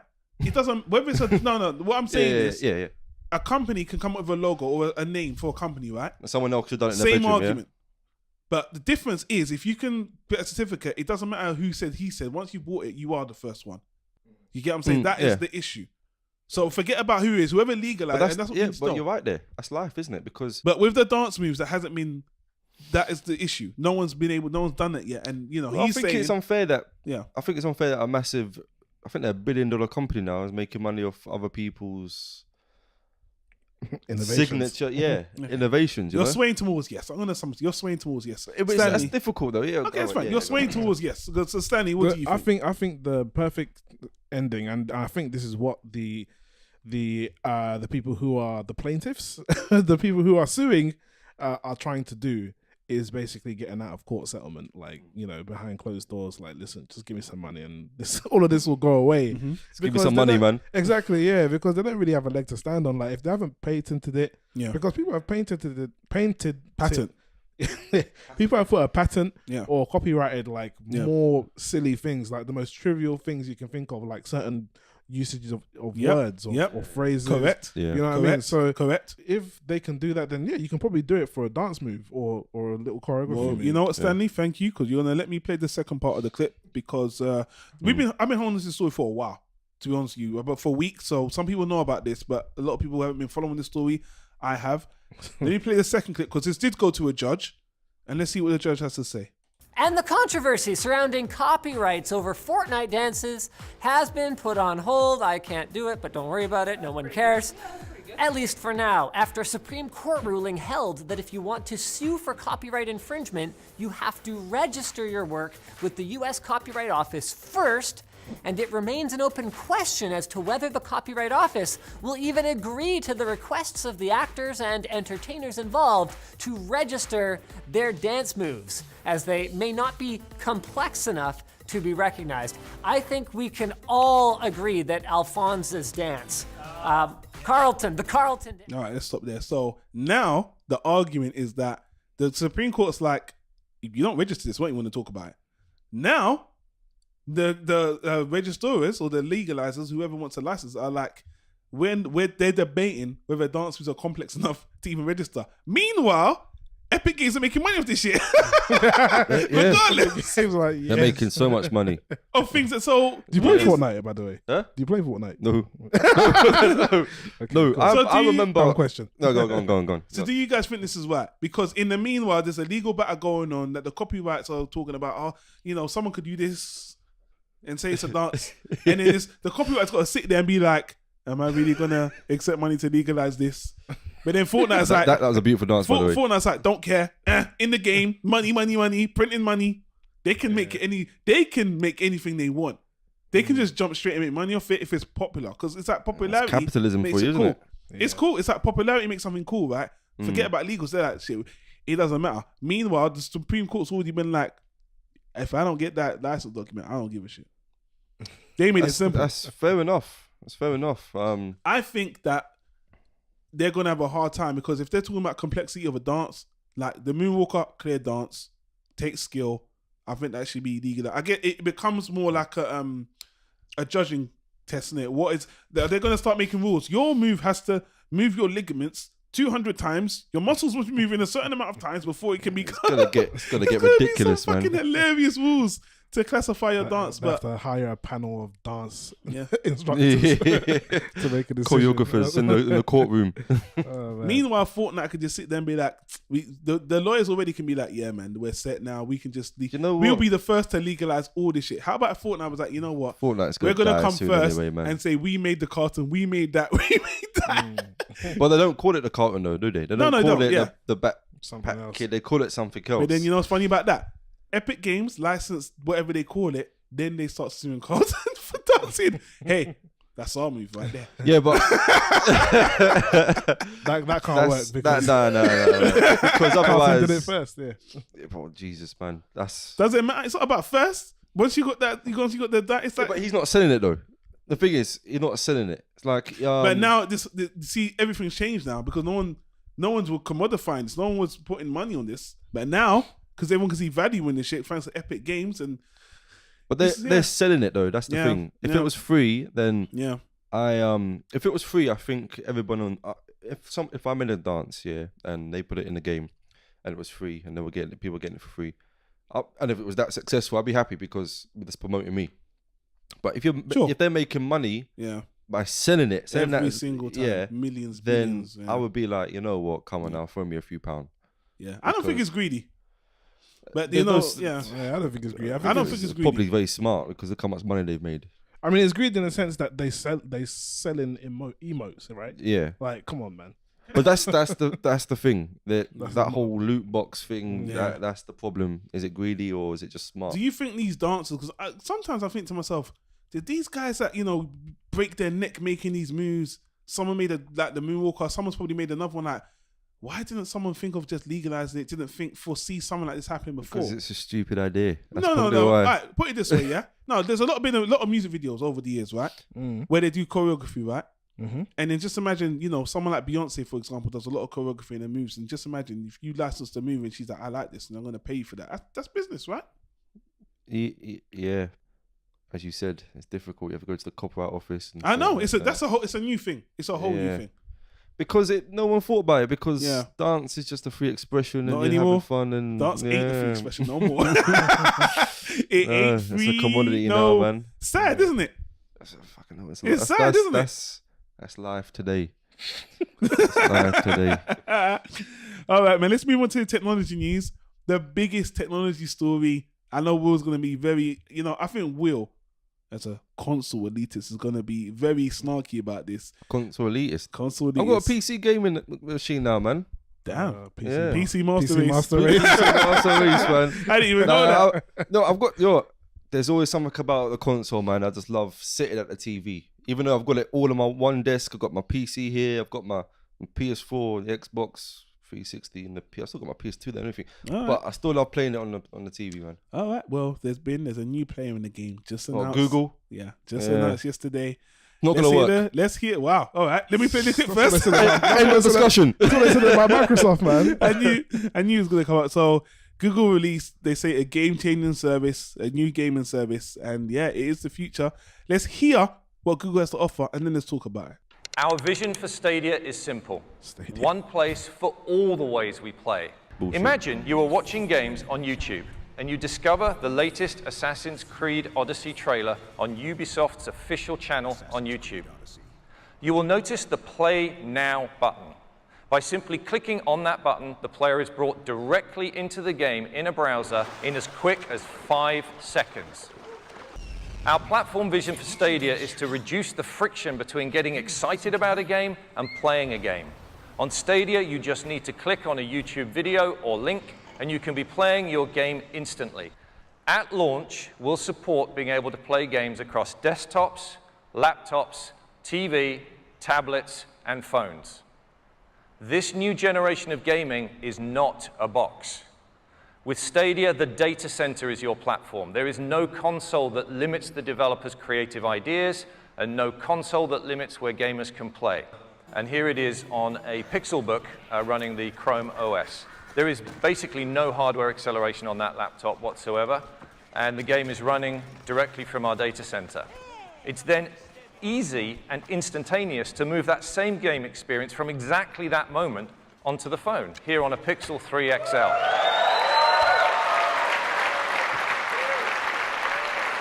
Once again, no loss in quality, and we can go straight on to the desktop PC. We actually went to buy the least powerful PC we could find here, and we could enjoy the same vision that the developer had, the same high-quality 1080p stream at 60 frames per second, and the full game vision, regardless of the hardware that you're using.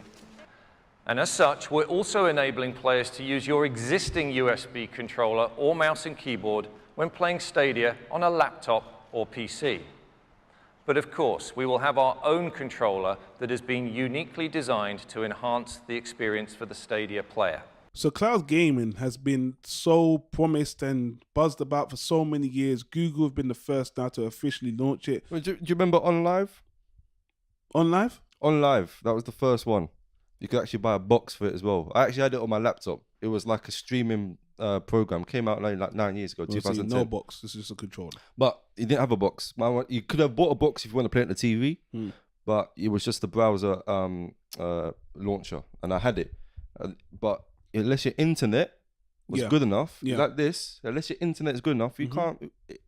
You're always gonna have a delay. All right, hold on. We'll get to the skeptic in a minute. Stanley, what do you think of this? Because he can go on about this, I couldn't tell. So Stanley, what do you think of this first of all? I'm not sure if I'm grasping everything properly because I'll break it down with you. Go on. Kind of lost me. You know the bit where he brought it onto, he was projected it on the phone, and then everyone cheered. I was kind of like, wait, what just happened? He's resuming the game on different devices. And it just resumes like a YouTube video. Okay, just from here to phone to here. It's like Netflix.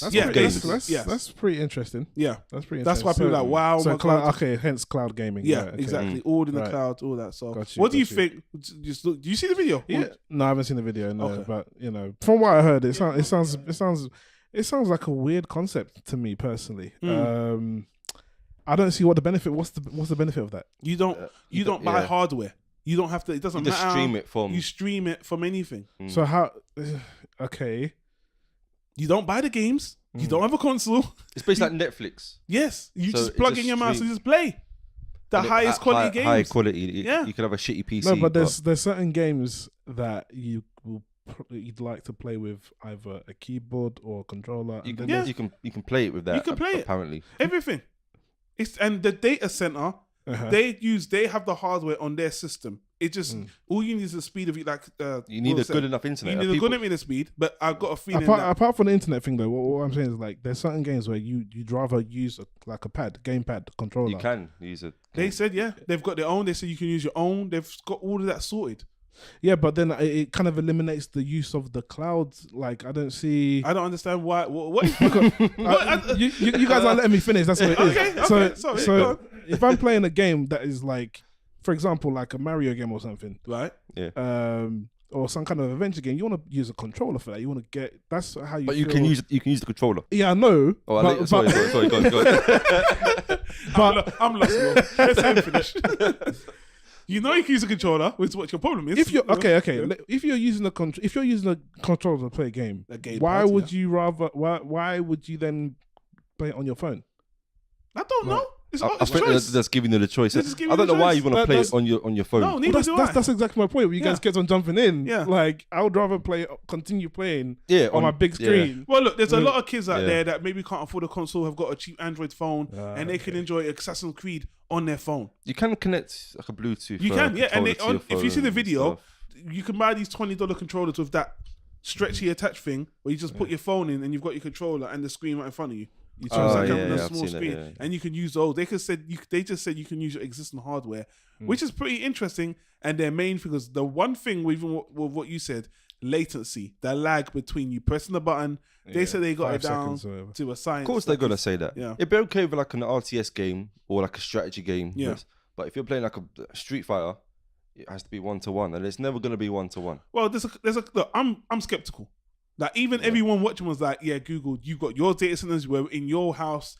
I'm sure you got best fiber optic. But you know, if there's some guy in Africa who's just got dial-up, how is it going to be? And I know they're going to have minimum dial-up. I know. They do have broadband in Africa. I know. I'm just saying. Some parts of America still only have dial-up. You know. Oh really? America's pretty bad with internet. Wow. But Japan are good. They are good, yeah. The Switch, they could stream that Odyssey and Resident Evil 7. Yeah. Because their internet there is great. Yeah. But the head of Nintendo said they couldn't do it in America because the infrastructure there was shit. Yeah. I think, look, Google, I think for them to step forward into this realm with their confidence, to me, it said they can start to fix it, upscale it. I don't think it'll be perfect. I think they're making it sound like they got it perfect. It's about 10 years off, man. It won't be perfect. No, give it 10, 20 minute years. No. No. Look, if you look at on live, right on live when you finished. But hold on a minute. Let's just say Google had the infrastructure for it because they've got all the data. They got the space. They got the, you know what I mean? If any company could do it, I think they've got more space than Apple, to be honest with you, when it comes to hard drives. Even Microsoft, they've got a decent amount of. So let's talk to the skeptic right now. What's your concern about this? What's your beef with this right now? You just don't think it can work? Is that what you're saying? It's a good idea, but it's you're gonna need 1-to-1 internet. Your internet is gonna be so good. What if you don't? What if you got it and it actually works? Then fantastic. Fantastic. There's no problem with that. I have one problem that I think they're not addressing. I think the game section is going to be shit. Nintendo not going to be on. Nintendo will never be. They'll never be on. Microsoft might.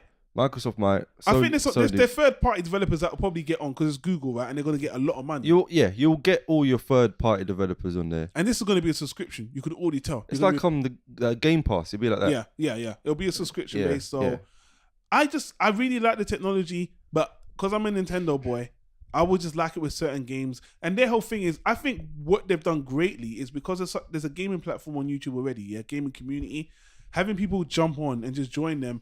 I think that's going to revolutionize the community even more. Like I see Twitch looking at it, it's like, fuck, these guys beat us to it because Twitch make money off watching stream and stuff like that.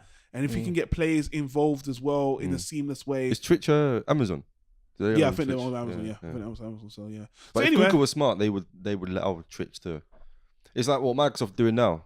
Yeah. They're putting their games on the Switch and they're allowing them to be on like Halos on PC and stuff. Of course. I love, and here's the thing, I would love. Now, what you talk about 10, 20 years down the line is just that one console and everything plays everything. That's what I'm talking about. I want one console. That'd be amazing. And just share it on my TV. Like you buy a new TV, I would spend double the money on a television that has every console. I would pay double. Like, except Nintendo. Nintendo never do that. I know. But here's the thing. Even they're changing. What if they started doing like, I see Nintendo, I hate to use the word, holding themselves out. Like, you know what?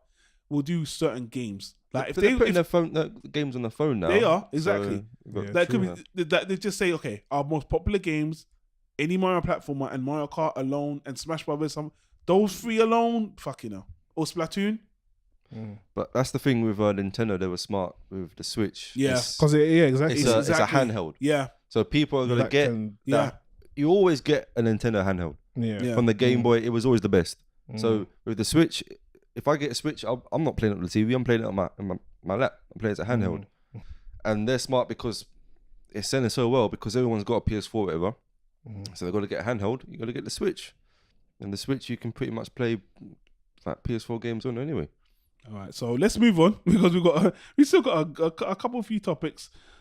Got a voicemail. Don't really appreciate, You don't really appreciate the voicemail. You understand why, but got to play them more. It's not more crazy religious shit, is it? No. Someone we know. I'm sure you'll like this voicemail. Will. Lederhosen. Yeah, but I play them more, but I don't appreciate this person, some of the stuff they said. But let's have a listen. Hi guys, it's Nuance here. I hope you guys are doing really, really well. Listen, I think I'm like one episode behind because I have been super busy, so I do apologize. But I just want to ask, was the last episode I listened to, you had a guest on there, Ade, and I thought that Valentine's Day had already gone. But obviously I was wrong because both of him, Ade and Jesse, sounded like they needed to get a room. Oh, I love you, man. I love you too. You're so amazing. Oh, you are too. Oh, what spirit animal are you? Oh, I'm Pegasus. Oh, I agree. I mean, what the fuck? I didn't need to hear that. I really, really didn't. It was just a bit too much. But you guys dealt with it well because I might have left the room by then. I might have needed a break, but you guys did it well. So anyway, I'll run you more when I see you about that, Jess. Just a quick trivia question for you. I just wanted to know, if you had the chance to be reincarnated, what family would you be in?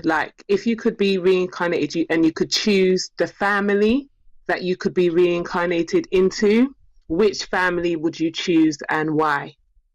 Okay, guys, I'm going to listen to the next episode and then get back to you guys. Bye.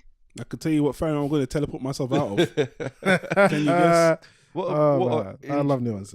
What a weird question. I don't know, man. What family would I transport myself into? Let me go first. I'm definitely going to become Jaden Smith. I'm going to take myself, Jaden Smith, got my Will Smith dad, all that money. Yeah, I can rap. He is hated though, and you're gonna be constantly compared. It's all good. Jaden is a messiah. Why don't you be the other one, the older one? That's like the football player. No one knows him. Exactly. No one knows him. Is there an older so you got that money? Yeah, that's not his first son. He's got a first son he never talks about. That's the reason why they don't talk about him. Oh, exactly. Oh, the older son, no one knows him, and he's got the money, man. Allow it, man. Wait. Why don't they? Is this man? I have to research this. He had a son before. He got with Jada Pinkett. Yeah. Oh right. So it's not. They're not like. All right. Okay. It's not like Ozzy Osbourne. They got that older one, innit? That Do you was know never what's in the funny? show. Jada Pinkett has that show Red Table Talk, and on the first episode, Jada interviewed Will's first wife. They both spoke about how they were beefing together as black women. And now they're getting. That was so cool. That sounds interesting. Jada killed it. Yeah, that show's doing gangbusters, by the way. So what does Will Smith's ex-wife or first wife actually do? Is she an actress? She lives off that welfare. Lives off that alimony. Oh my God. Living that money. Living that Independence Day money for life. That Bad Boys money. Gonna get that Bad Boys free money soon. You know what I mean? She can sit there with Jada on Facebook getting more money. The ladder money, yeah. Let me tell you something. Genitalia can get you places, man. Wow. Did you really? Wow. Stanley is. What? You know what's funny? I was watching. That was clips. wrong, Stanley. I didn't know you were that bad. Genitalia can get you places. He's completely right, yeah? What's that show in America? Was it Mari where they're like, you are not the father, and the dad starts, the guy starts jumping up and down. Those are hilarious, man. But it's always fucking black people on there, yeah? And they're always making a fool of themselves. It's so sad. It's no, but they only pick those kind of people, though. I know. It's the Jamie Kyle of America. Yeah. But man, that's trash TV, man. Catch Me Outside. What do you think about that? Yes, he's not the only one. I'm like, these kids are gonna grow up and they're gonna see their mum getting all these random men trying to find a. All right, guys, get back on damn topic. Your family. Because I don't know. I'm gonna pick some for you. Don't worry. Go on, Stanley. You go first. I've actually got one. Actually, if I was to pick, I'll go for the Beckhams. No, you fucking serious? The Beckhams. I've always, I don't know why, maybe because I'm a Man U fan, but I've always. Is that really the reason, you know? No. Generally speaking, they've always struck me as like a unit, a grounded family. Yeah, they seem like a unit. They look like a nice family. Yeah, they got 3 kids. You know, you don't really hear. Sometimes you hear a dodgy news story every now and again. They've got four kids, isn't it? Yeah, 4 kids. Yeah, sorry. Yeah, 4 kids. You know, it's funny. What do you think they would have named them? Because he would have been Driver. What they got? Paris. They got some. They chose some mad names. I've forgotten. Would you be white then? I think that goes without saying. Well, I wouldn't be. I wouldn't be the adopted one. Yeah, I guess I'd be reincarnated. Reincarnated means you're coming out of posh spices with JJ. Okay. Oh man. What would they call him? Like they all. London. I don't know. Probably, yeah. I know Brixton, like Idris Elba. Brixton, yeah. The peak of human evolution. It's not a bad impression. I've got no idea who I'd. Let's pick one for him, Stanley. Royal family. Let's put him. Queen. Royal family. No, fuck no. You're like hell nah. I don't even like him as it Prince is. Harry in it with that dad. Jesus Christ. I'm trying to. I want someone rich. Oh, you be Denzel's kid. Be Denzel's kid. Like he was in the Black Klansman. You could be that guy. Oh yeah, that guy. Who's that proper rich? But I don't want to be. I want like a entrepreneur, like proper. I don't know. Be one of Puffy's kids. He's got like 10 kids. I'll be Shaw's one. Yeah. You want to be Shaw's kid? The one that Puff Daddy took over. Yeah, come with me, man. Your dad's not making any music these days. The mum's dead, isn't it? Mum died. That was one of them. Yeah. That was the Albert Shaw's dad. Kid. Yeah. His mum died, innit? Yeah. It's sad, man. Sad, man. Anyway, sad. yeah. He's got Cassie though. Fucking hell. That's his double daughter, yeah. That's harsh. Nah, she's nice, man. Fuck me. Yeah, fuck me. No. I'll say it for them. No. I forgot about her, man. Jesus. Yeah, she definitely forgot about you. Anyway, Stanley. She never knew about me. That's right. In the first place. She never will. Ever. Never know about me. You never know. You might even in reincarnation. Even in reincarnation, she wouldn't know you. Oh man. Let's move on to some dour topic. We've been breaking my heart, man. We've been too high, man. Let's get low. So do we? We'll end on a high, but I want to. This is something I do want to tackle. When it comes to the mass shootings, I don't really bring them up on the podcast because I don't really have anything to add. You talk about the New Zealand one, yeah. Yeah, and because as Brits, we always, we look at the Americans like, anywhere outside with the gun laws, and we're just like, you guys, you're just killing yourselves, so to speak. I know it's harsh, but I've seen a lot of we're always looking down on people with no gun laws or just guns locally or whatever, and we're just like, how can you guys do this? So anyway, there's a reason why I want to bring up this story particularly, because there's a trend with all these mass killers. They have their reasons, their racist or bigoted reasons for doing this, but they always want fame, right? So I'm gonna play a clip because the guy who I'm not gonna name, I'm not gonna give him any fame, the guy who did these killings, he had a manifesto.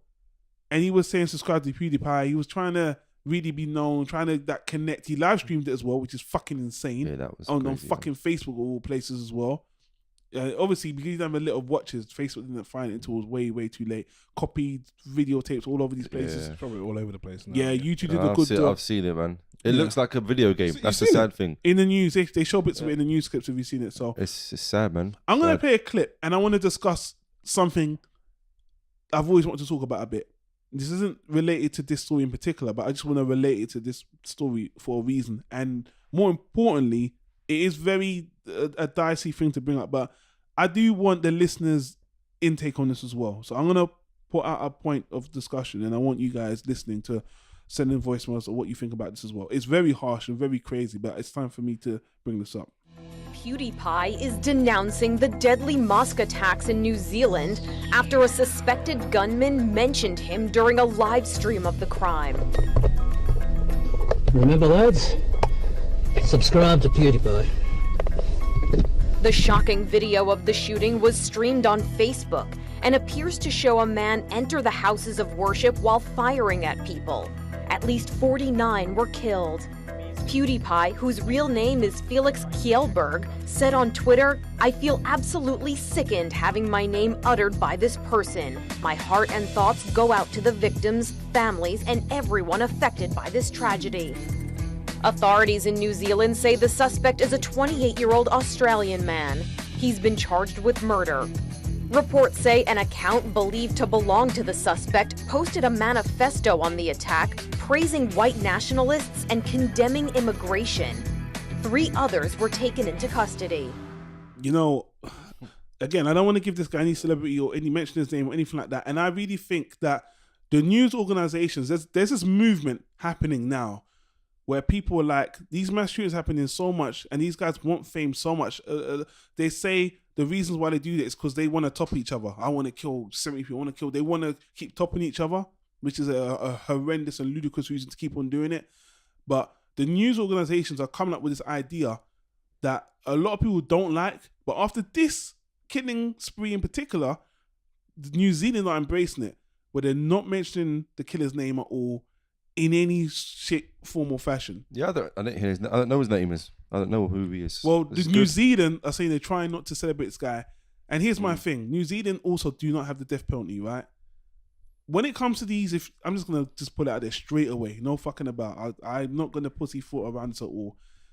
It's not like I'm super for the death penalty, but when it comes to mass murderers, I don't give a fuck. Kill them. Get rid of them. That's what they want, though. That's the easy way out. Easy. Well, you know what? And this is the thing. A lot of people like it's not humane and it's not a true punishment, like you said, because a lot of them do kill themselves after they do the kings, right? Yeah. Some of them want the fame. Some of them don't, so they can stick around and be worshipped and idolized and hated and have that notoriety, right? So New Zealand don't have the death penalty, but some people have been talking about a different kind of punishment because they're like, how can you punish this guy? You know, because a lot of human rights groups says that although we're going to imprison him, we're not going to starve him, we're not going to torture him. That's inhumane. Send him to Saudi Arabia. Do you know what? I honestly think one of the things I think that people should do is I think there should be like an island. They've got an island there. I think it's called Christmas Island. Okay. Where apparently this is what I was told, that they put a lot of the immigrants there. It's like a tropical. It's like supposed to be a beautiful island in New Zealand. Like it's around. I think it's Australia owns it, but they put a lot of the immigrants there, and they've got like a little base and everything. They can live there. They put them on like a separate island. This is what I was told by some Australian guy. It's called Christmas Island or something. I think these people should lose their identity, and what I mean by that is I think their name should be just taken away from them. Their identity, their citizenship, everything, and they should be just put on an island, just be that non-existent. I don't think they should keep their name anymore. Their identity just all gone. But they should be like a number. Yeah, but he would always remember his name and stuff, isn't it? Well, there's only so much you can do. if this was Star Trek, then if you erase his memory, that is like killing him in a way. By the way, because then he doesn't even know he's not even the same person. They should put him in a Turkish prison. Yeah, leave him in there. So my question to you guys is: people always talk about the non-lethal way of punishing these people because just letting them live. Like I'm like all for getting rid of. They want the notoriety. They want to be remembered. I'm like shave their head, like even fucking chain their face. Make sure they're not even recognizable. They literally don't exist anymore. Put them in a segregation the rest of their life. That's how you torture someone. Segregation? Yeah. So you separate from isolation. Put them by themselves. Solitary confinement. Yeah. They don't have any human interaction. That too. That will destroy a person.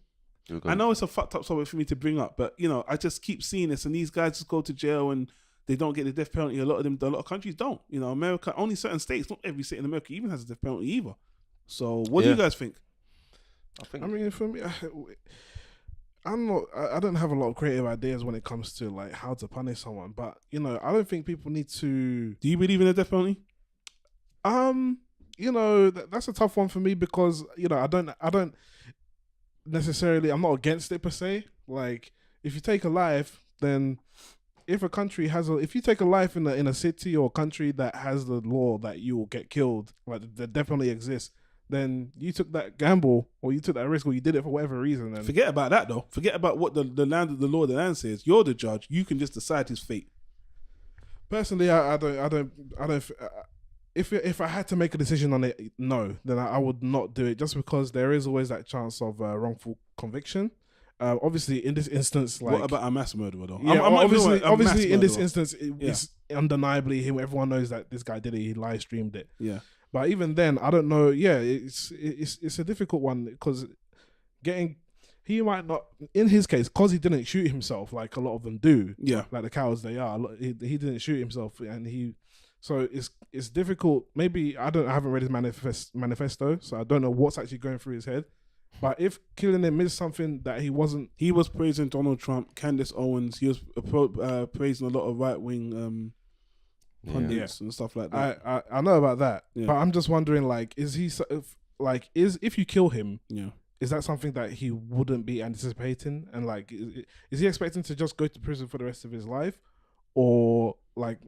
It sounds like you're trying to figure out to give him what he wants the least. Exactly. That's the thing. All I believe in is punishment. Like if you do something wrong, then you gotta pay the price. And ultimately, in this case, like as long as they don't, because you hear about these stories about people going to prison and they're mollycoddled and actually have a decent life in prison, then you're defeating the purpose. But I don't think that will happen in this case because he's a mass murderer. The only thing is, it can be frustrating, especially if you feel like connected to it somehow, or you have a stake in what happened or whatever. If it can be a bit frustrating when you hear about, okay, he's gone to prison, but what happens next, and then you never hear about like what happens to him afterwards. But yeah, it's one of those things people shouldn't. I don't think people should get too stuck into it. Like whatever happens. Like if he goes to prison, that's the main thing. That's how I see it. You pay his dues there. I'll let you have the worst start on that. Well, before we move on, he summed it up pretty well. You want to give him what he wants the least. There's hardly any way to really truly know that. That's the thing, because he's not going to come out and say it. Yeah. That's the thing. I'm surprised he didn't kill himself.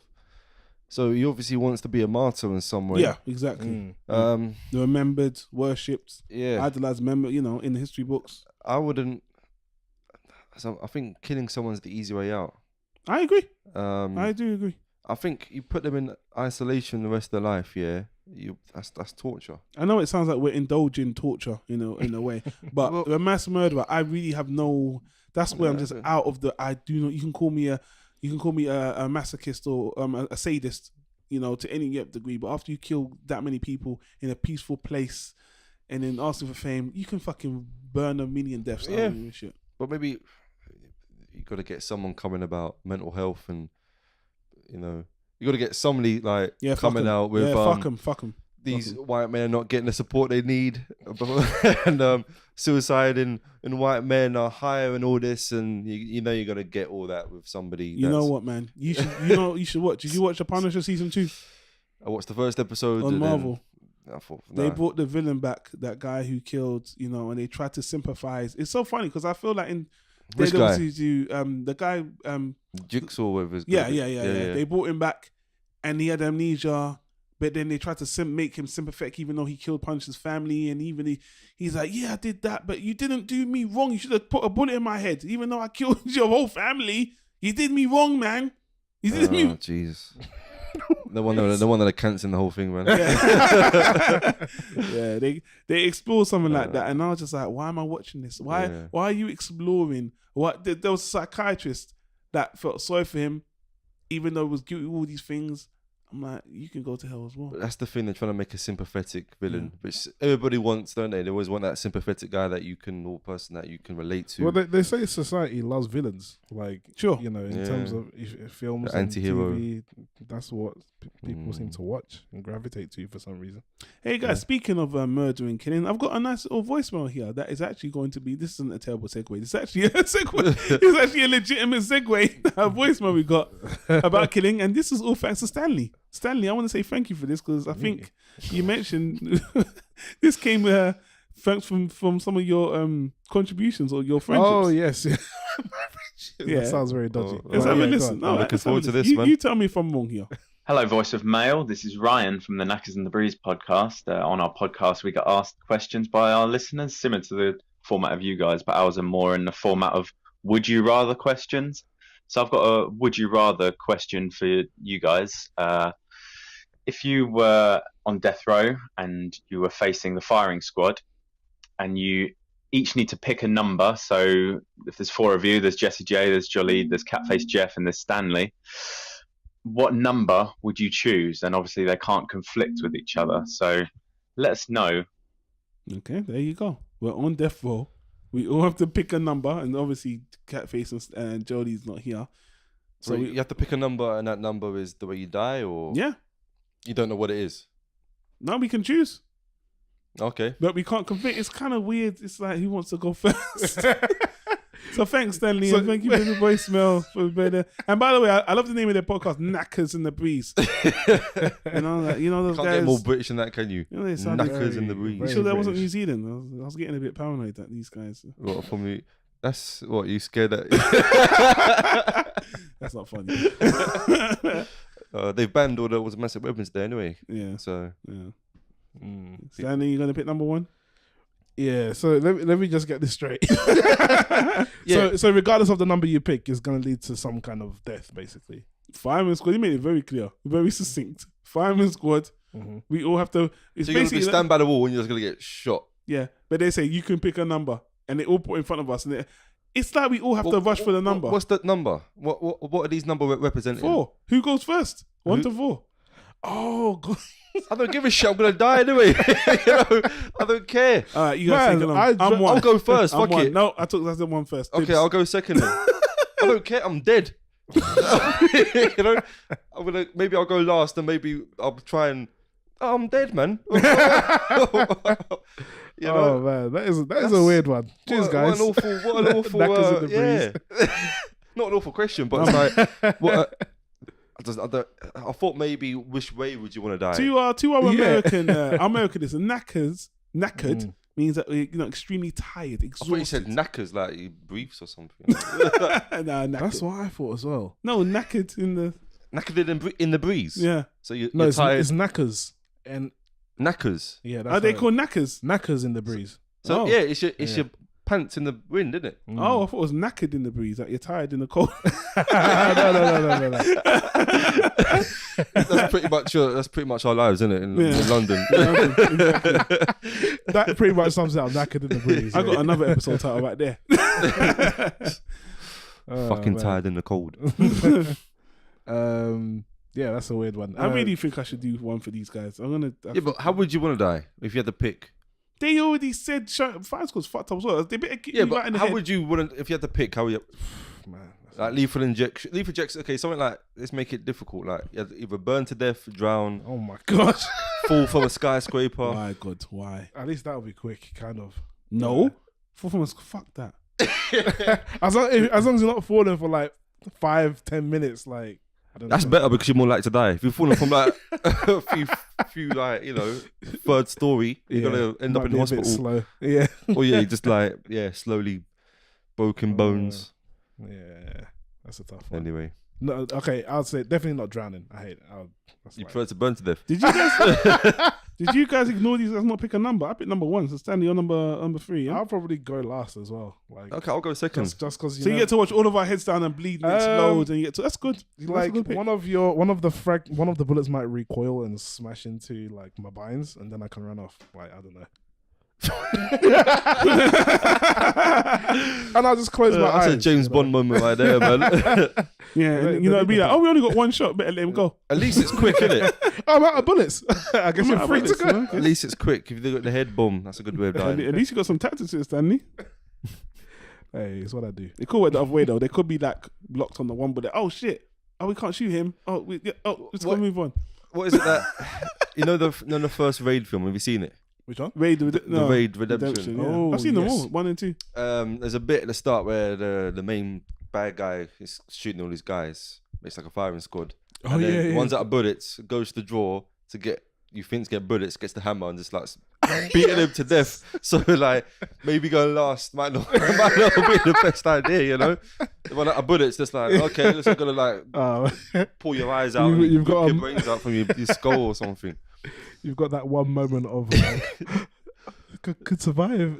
Survival is like pulls out a massive mallet. You know what? It's so ironic.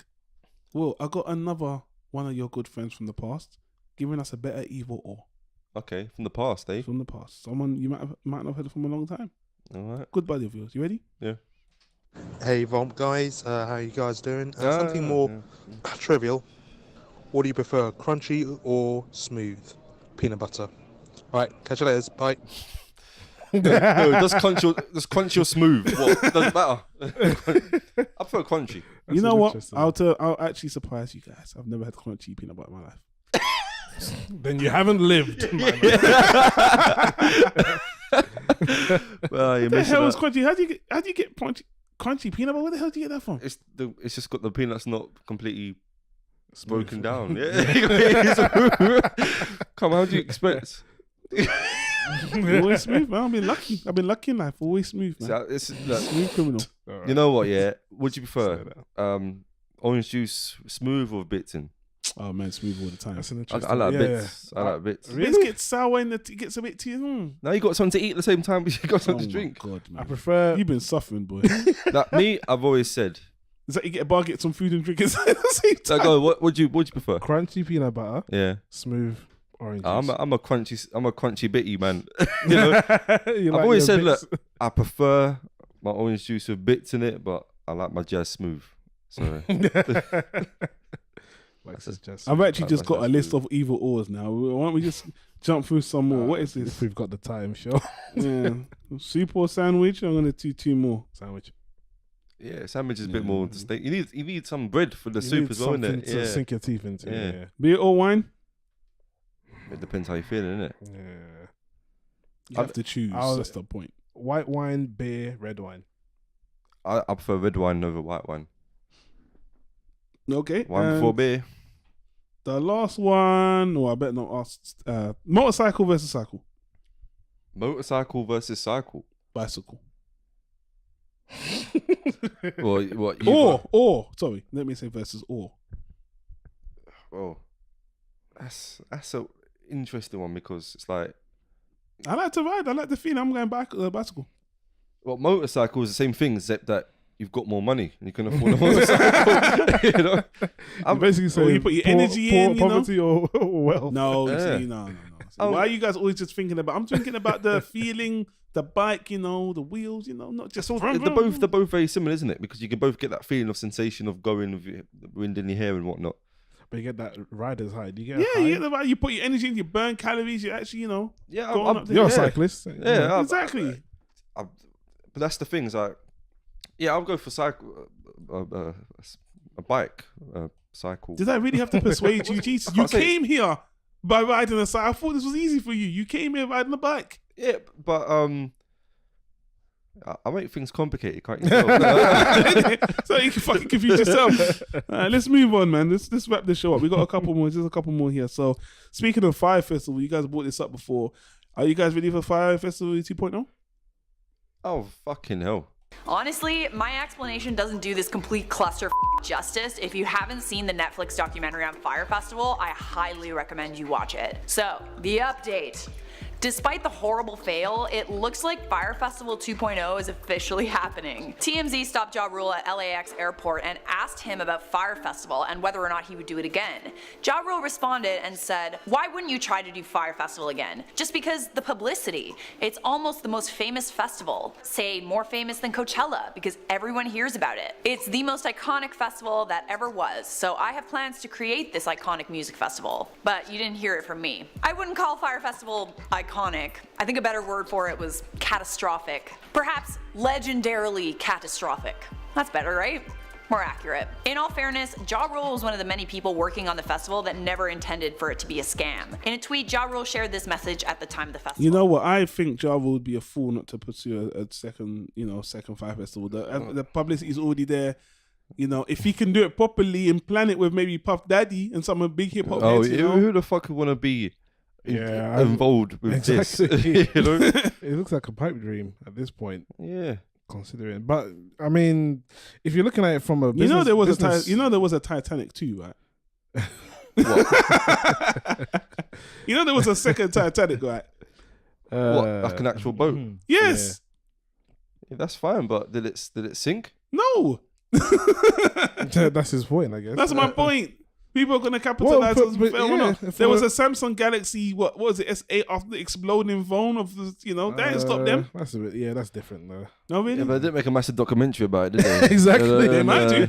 They might do. What, the exploding phone? Yeah. Man. How this phone blew up my relationship. Okay, would you go to Fire Festival too? No. Exactly. So I think that just Why not? If it was free, I might do. If it was a free trip. It's not going to be free though. Would you pay? Depends on how much it costs, to be honest with you. If it was £500, would you go? No. £500 not that much though. It depends what's in the package. Is it a weekend? Is it the whole you see all the venues? A flight and everything. Yeah, it's a holiday. That's not bad. Even if you just go to the fucking island, it's a fucking bargain. But it's in like Sussex. This is trying to I can see the wheels turning. Like, how can I bring this down for him? How can I destroy? It's in like some common in the Midlands. Sure. Oh man, Clapham Common. Hey man, what's that was it SW4 or something, that festival they do there? It's like some the Burger Festival. Oh man. Have you told that story on here? No. Because I'm only going to sound like a fool to my American listeners. So listen, don't man. Don't know what a slider is. Man, that story will humanize you. That will make you a very popular man, that story. Nah. Just make me a fucking clown. You usually come to me like, fucking fool. Oh man. Read the menu. Dumbass. Hey, you know what? I thought that they didn't advertise it very well. Fire Festival. No, I'm talking about this burger. His burger festival he went to. That story will be told another time. Yeah, let's move on. We've got just a couple more, then we'll wrap the show up. So we got let's go to the story that, I look at Will and I see a very intelligent person. I see someone who always questions things. We listen to the podcast. We see how you need glasses, man. We see, well, I do, but we see how his mind is not on the normal path. What do they call those people who don't see things the right way? Except for crazy. I mean, spastic. Retarded. Anti-conformists? Let's call them anti-conformists. Yeah. I feel like anti-conformists. So this story is just for you. And you've been waiting for this, Will. So this is just for you. Flat Earthers have announced that they are planning to shut down the debate once and for all by embarking on an expedition to where they believe the edge of the Earth is, Antarctica. They believe that by sailing around the length of the coast of Antarctica and measuring it, they will prove the theory that the Earth is not a globe, but a flat disk surrounded by a gigantic ice wall. So as you might already know by now, Flat Earthers believe that the Earth is a flat disk that's surrounded by an ice wall.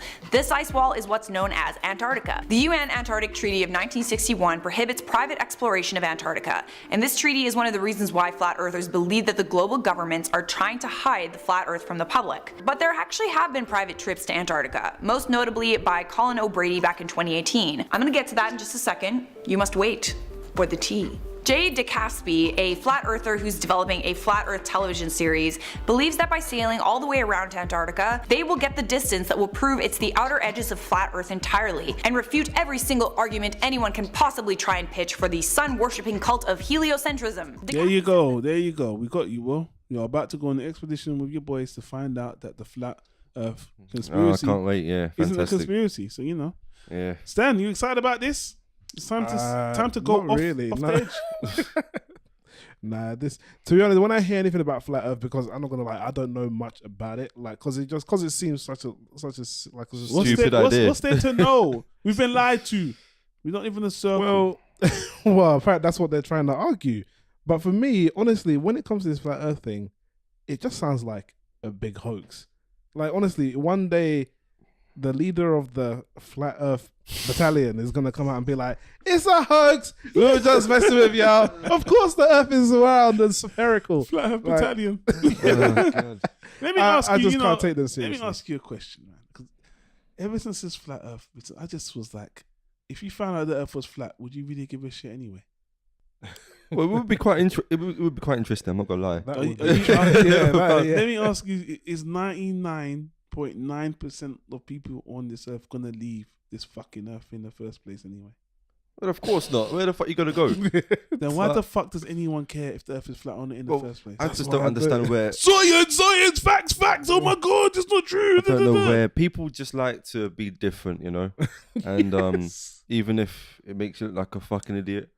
That is it. Like, people just want to be a part of a group. I don't even know why it would matter at this point. I don't even know how it would affect your life. Everything's different now. The world is flat. If the world was, come on now, the world was flat, it would be like, you're making me sound fucking crazy now, man.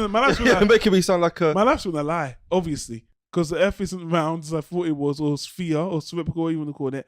So obviously, everything I knew about life is wrong. Everything I learned in the textbooks is wrong. But I don't understand why they think that the governments are trying to prevent us from finding out that the world is flat. What benefit does it have? I don't know. You have to keep to life. Maybe. I just don't understand. It's just people like to be different. People want to be a part of a group. Regardless of how it makes them look. Exactly. So anything more to say on that, Stanley? Because I don't. We're losing brain cells even thinking about the situation. But these guys are gonna go make a team. Good for them. They got money to waste. The minute I heard this, I thought, why do you even give a flying fuck, really? Mate, it's a free trip for them. That's what they're doing. They're gonna go to Antarctica. That's what Fire Festival's gonna be. The second one. All right, so we got 1 or 2 more voicemails, and then we'll wrap the show up. Let's have a listen to how can I end the show about our favorite superstar voicemail. You know I'm talking about, Stanley, don't you? I do indeed. Yep. And who is it? T-Coon, the wordsmith. T-Coon. I forgot how. Yeah, she... you fucked. Yeah, you fucked up, man. MF Doom. The unusual wordsmith, the third. God, you got it. Sounds like a rapper. He actually does. Yeah. I'm gonna use Pulse to get that tape head right here for T-Coon. T-Coon the D. I think she's a DJ, you know. T-Coon. Was it female? Yeah. Oh. Yeah, I thought voicemail. She's a DJ. You're a DJ now, T-Coon. You're a DJ, a disc jockey. What have you got to say? Hey, Bomb Crew. T-Coon here and asking a very simple question on kinks and fetishes that freak you the fuck out. I'm not even bothering myself to elaborate further on that, so good luck with this. Bye-bye. Wow. She was in and out like in a flash, man. Spicy. What are your fetishes? Bye. Well, she's a fetish that freak us the fuck out. What is fetishes or what are my fetishes? I'm not gonna play it again. She was in and out so quick. Hey, Bomb Crew. T-Coon here and asking a very simple question on kinks and fetishes that freak you the fuck out. I'm not even bothering myself to elaborate further on that, so good luck with this. Bye-bye. You know, this is really easy. You know, on their learning channel, TLC, they always have that my freakish fetish or my favorite fetish and shit like that. Like ones with like cars and the woman. I think there was a woman that was another with a doorbell. and she would use her tongue to lick around the circle, and then she would press her tongue in ever so slow. Oh, you're making it sound quite sexual there. Go on, say it again. Maybe you're just a fucking freak.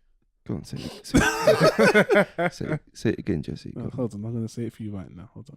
Triggered. You pressed the wrong one, didn't you? No, I am fucking triggered. Oh, okay. You gotta ring. Get away from me.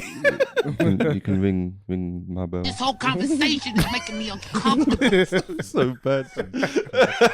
You guys want to get a room? Oh, yeah, you gotta get that other voice message coming in saying, Chris Bridges, pick up your boy. Come on, Fantastic Brit, come and get your boy, please. Okay. Fetishes that freak me out. Shit, scat. That's there were people that shitting themselves and pissing themselves and all that. 2 girls, 1 cup. No, that was fascinating to me. I didn't. I was like, that's the same fucking thing. Well, I was like, is that Nutella or was that actual shit? Oh my god! Like, you sound like you like this shit now. No. But people that just threw up, man. You see people that and throwing up that. Oh man, I saw one video where some girl was. Stanley, let's move on to you. He actually watching. Stanley, what? Let's just go through this. Oh my gosh! T-Kun, you asked for this. Remember that. Okay, I'm gonna rein things in a little bit and go for kinks and fetishes that like freak me out, but they're still within the realm of reason, I guess. And because obviously, if 2 girls, 1 cup is hell out, way out. Disgusting. Armpit. Did you say delicious? I thought you said delicious. Disgusting. Yeah, you know you gotta edit that, innit? It's like, God, Stanley. Yeah. I never made those noises. Would you say armpit? Armpit licking. And what else? Anything to do. I was gonna say toes, but that's people. What feet? Some people like Tarantino. Yeah, he loves his feet, innit? Who? Tommy Tuna. Oh my god. Tarantino. Oh yes. Yeah. What do you think I said? We said Tommy Tuna. I think you did say that. You did say that. Did I? Yeah, Sorry, yeah. Tarantino. Yeah, Tommy cool. Tuna. Tommy Tuna, you know. I was like, who's that? Some kind of actress? Oh man, Tommy Tuna. There we go. That's my porn name now. Yeah, man. Yeah, so anything where it's like anything where your tongue shouldn't be. Yeah, but you see people eating out bum and stuff. So it's like, yeah, people. I swear your tongue shouldn't be in a vagina, really. Like, Oh man. So my family listen to this podcast. T-Kun, you brought it up. You know what they say about millennials and all that? Like they love avocado and eating out bum. Who? Millennials. I don't know what it is, man, but Well, I swear you qualify as a millennial. I love me some avocado. Millennials do some freaky This is the stuff, part man. where I remind the audience that Will Hicks is a healthcare professional. He is. Oh man, He heals people. I've seen my fair share of bum holes. Just to say that. Maybe that's why you've maybe that's why you've got these fetishes. Yeah, and that's stuff. his. I don't have the excuse. I don't have those fetishes, man. But Maybe they're just Yeah. not fetishes to you. Just They're just standard. it's missionary. just standard here. The normal stuff is I can't do the normal stuff. Normal stuff is no the more, best yeah. stuff. Doggy, nah, it's disgusting to me. No, I can't do that. Wait, what do you do? Wait. It's a job joking. Oh, I'm cool. joking, Oh, man. cool. Why are you asking? No, what do you do there? Will, tell me. Okay, all right, Jesse. What's the weirdest thing a girl's done to you? Oh no. Let's see. Moving on to the next topic right now. Why haven't you learned anything? This one. Oh my god! So I didn't even prep Will on this. So at the end of the podcast, we will talk about something we've learned this week in Okay. life. Maybe someone told you something funny. Something you just didn't know that you came across in life. So Stanley Ike, you get to go first because you seem like you were moaning a bit. So why don't I let you go first? What have you learned this week in general? Well, something I did learn recently, kind of linked to something we were discussing earlier, was okay. I've kind of forgotten the details a little bit, but yeah, basically Marvel. Did you know that Marvel and DC, Right. I believe in the 70s. You're gonna say the amalgam universe? Is that what you're gonna say? No. What universe? The amalgam. They combined the superheroes together. and made- No. That's interesting though. You can tell me about that afterwards. Okay, cool. That's cool. But yeah, apparently they did like a survey, and they've wanted to know what comes to mind to the general public. Maybe in the States, I can't remember, when you think of the term superhero, and obviously people responded with Marvel and DC superheroes. Right. So they I can't remember if they've copyrighted or patented yeah, the word superhero. Right. Yeah. So yeah. I think if you use the term superhero in media, Yeah. and you're not Marvel or DC, Yep. you can get, you might be like susceptible to libel. I'm not Correct. sure. I did know Oh, that. yeah? Okay. And I actually knew that. I think, correct me if I'm wrong, I'll look this up on next podcast. You can use the word hero apparently, but not like superhero. And I think Marvel own the rights to the word mutant. So in Ah. DC, they have to call them meta humans. Oh, right. Okay. Yeah, let's go back to the fascinating. copyright talk and how you can license words and same Yeah. shit we spoke about with the dancers and stuff. But that's So- like with in the films, Marvel films couldn't use the word mutant because Fox had the license. to it. Correct. Yeah. So yeah, that's crazy how we can just like take a Meta-human. word and That explains. meta human sounds quite cool though. Yeah. I quite like It's that. a- it Good sounds word cool. for it. Yeah, Good they use it workaround. in Young Justice. It's Yeah, really, really meta-human. cool. Will, have you got anything you learned recently from a friend? Anything you wanna? What something I've learned? Yeah, learn in life. Someone said, "Hey, Can be guess from what? the podcast as well. Yeah, Although JJ doesn't like that for some reason. I know I can tell you a story, but it's sad though. nah. Okay. You know what? Voicemail us in that sad story, and we'll hear it next time. Oh man, that's too. Yeah, I don't know, man. It's sad, man. I tell you what. You know Scared, what? man. Do you know what's funny? I've actually got one more voicemail. Yeah, play that. Something we learned last week from the Catface Killer. He forgot to bring it in, so it's related to Aladdin. Last week they had that trailer for Aladdin, the live action yeah. one. Don't know if you guys both saw that. I actually saw a bit of it. Yeah. Cool. What do you guys think? Just before we get into I this, suppose it looks a bit better than the Blue Madness that was the first one. Oh yeah, the Will Smith CG. Yeah, Cool, but cool, cool. it still doesn't look appealing to me personally. All right. I'm going to play this little factoid the Catface wants to drop about Aladdin. You didn't even let me say my bit, man. Forget about you. Forget about you. Screw you, man. Forget about you. Forget about you. You can comment after this. How about that? That was by I accident. don't want to anymore. Fine, so it was an accident. Okay. Trying to get you home safely on time. All right. Catface. Did you know that in Shahrazad's 1001 Arabian Nights that Aladdin is actually Chinese? Now, I find this interesting because there's so much push and everything about whitewashing and all this other shit in our day and age. So I want to see if the same people who always push for that kind of shit have any kind of mention about that when, after they watch this movie. Because, a lot of those people like Disney movies and everything. So let's wait and see. All right. So to some people's surprise, Arabian Nights story, which Aladdin's based off of, is actually a Chinese character, not a Asian or Middle Eastern character. So what? The Aladdin story? Yeah, it's from an Arabian Nights. It's from a compilation story called Arabian Nights. It's a short actually story. a Chinese myth. Yeah. Story. Yeah. Okay. Do you know? Oh, okay, that's what. Is the person in the actual story called Aladdin then, or something else? I believe so. I believe so. But you know what the funny thing is? You know why it's not like a super factoid? People won't care. People won't rise up because they know about the story from Aladdin first, and a lot of people don't know about Arabian Nights, so they're not up in arms about it because all it is, you'll be like, really, Arabian? That's shit. Aladdin's what I know. Exactly. Disney co-opted so many classic stories that people think and all that, The Little Mermaid. People think fucking The Lion King. They think they are the originators anyway. So they're not going to get up. Like, The Lion King is a better example. Simba the White Lion is the original one. Yeah, Japanese. They copied it so much. What's his name? Simba. I was mind blown. It's Kimba, isn't it? Kimba, yeah. Changed it to S.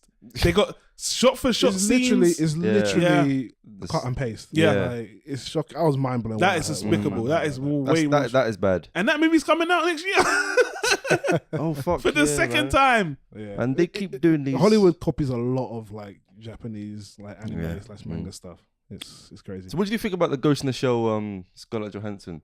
I watched 5 minutes of it. Or do you think it was no, bad? as in the whitewashing thing. Oh, thing. I don't. But here's the thing about American adaptations. What do you expect? They're gonna use a big name American. Well, it was actor. like they had like Japanese. They tried to explain that she picked an American body on purpose or something. Yeah. Look, going back to I will say this. What I just learned from Catface's voicemail, which I already knew, that Disney are shameless and in it for the money.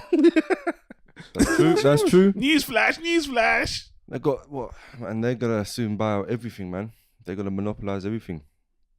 How much money they got? That's just entertaining, though.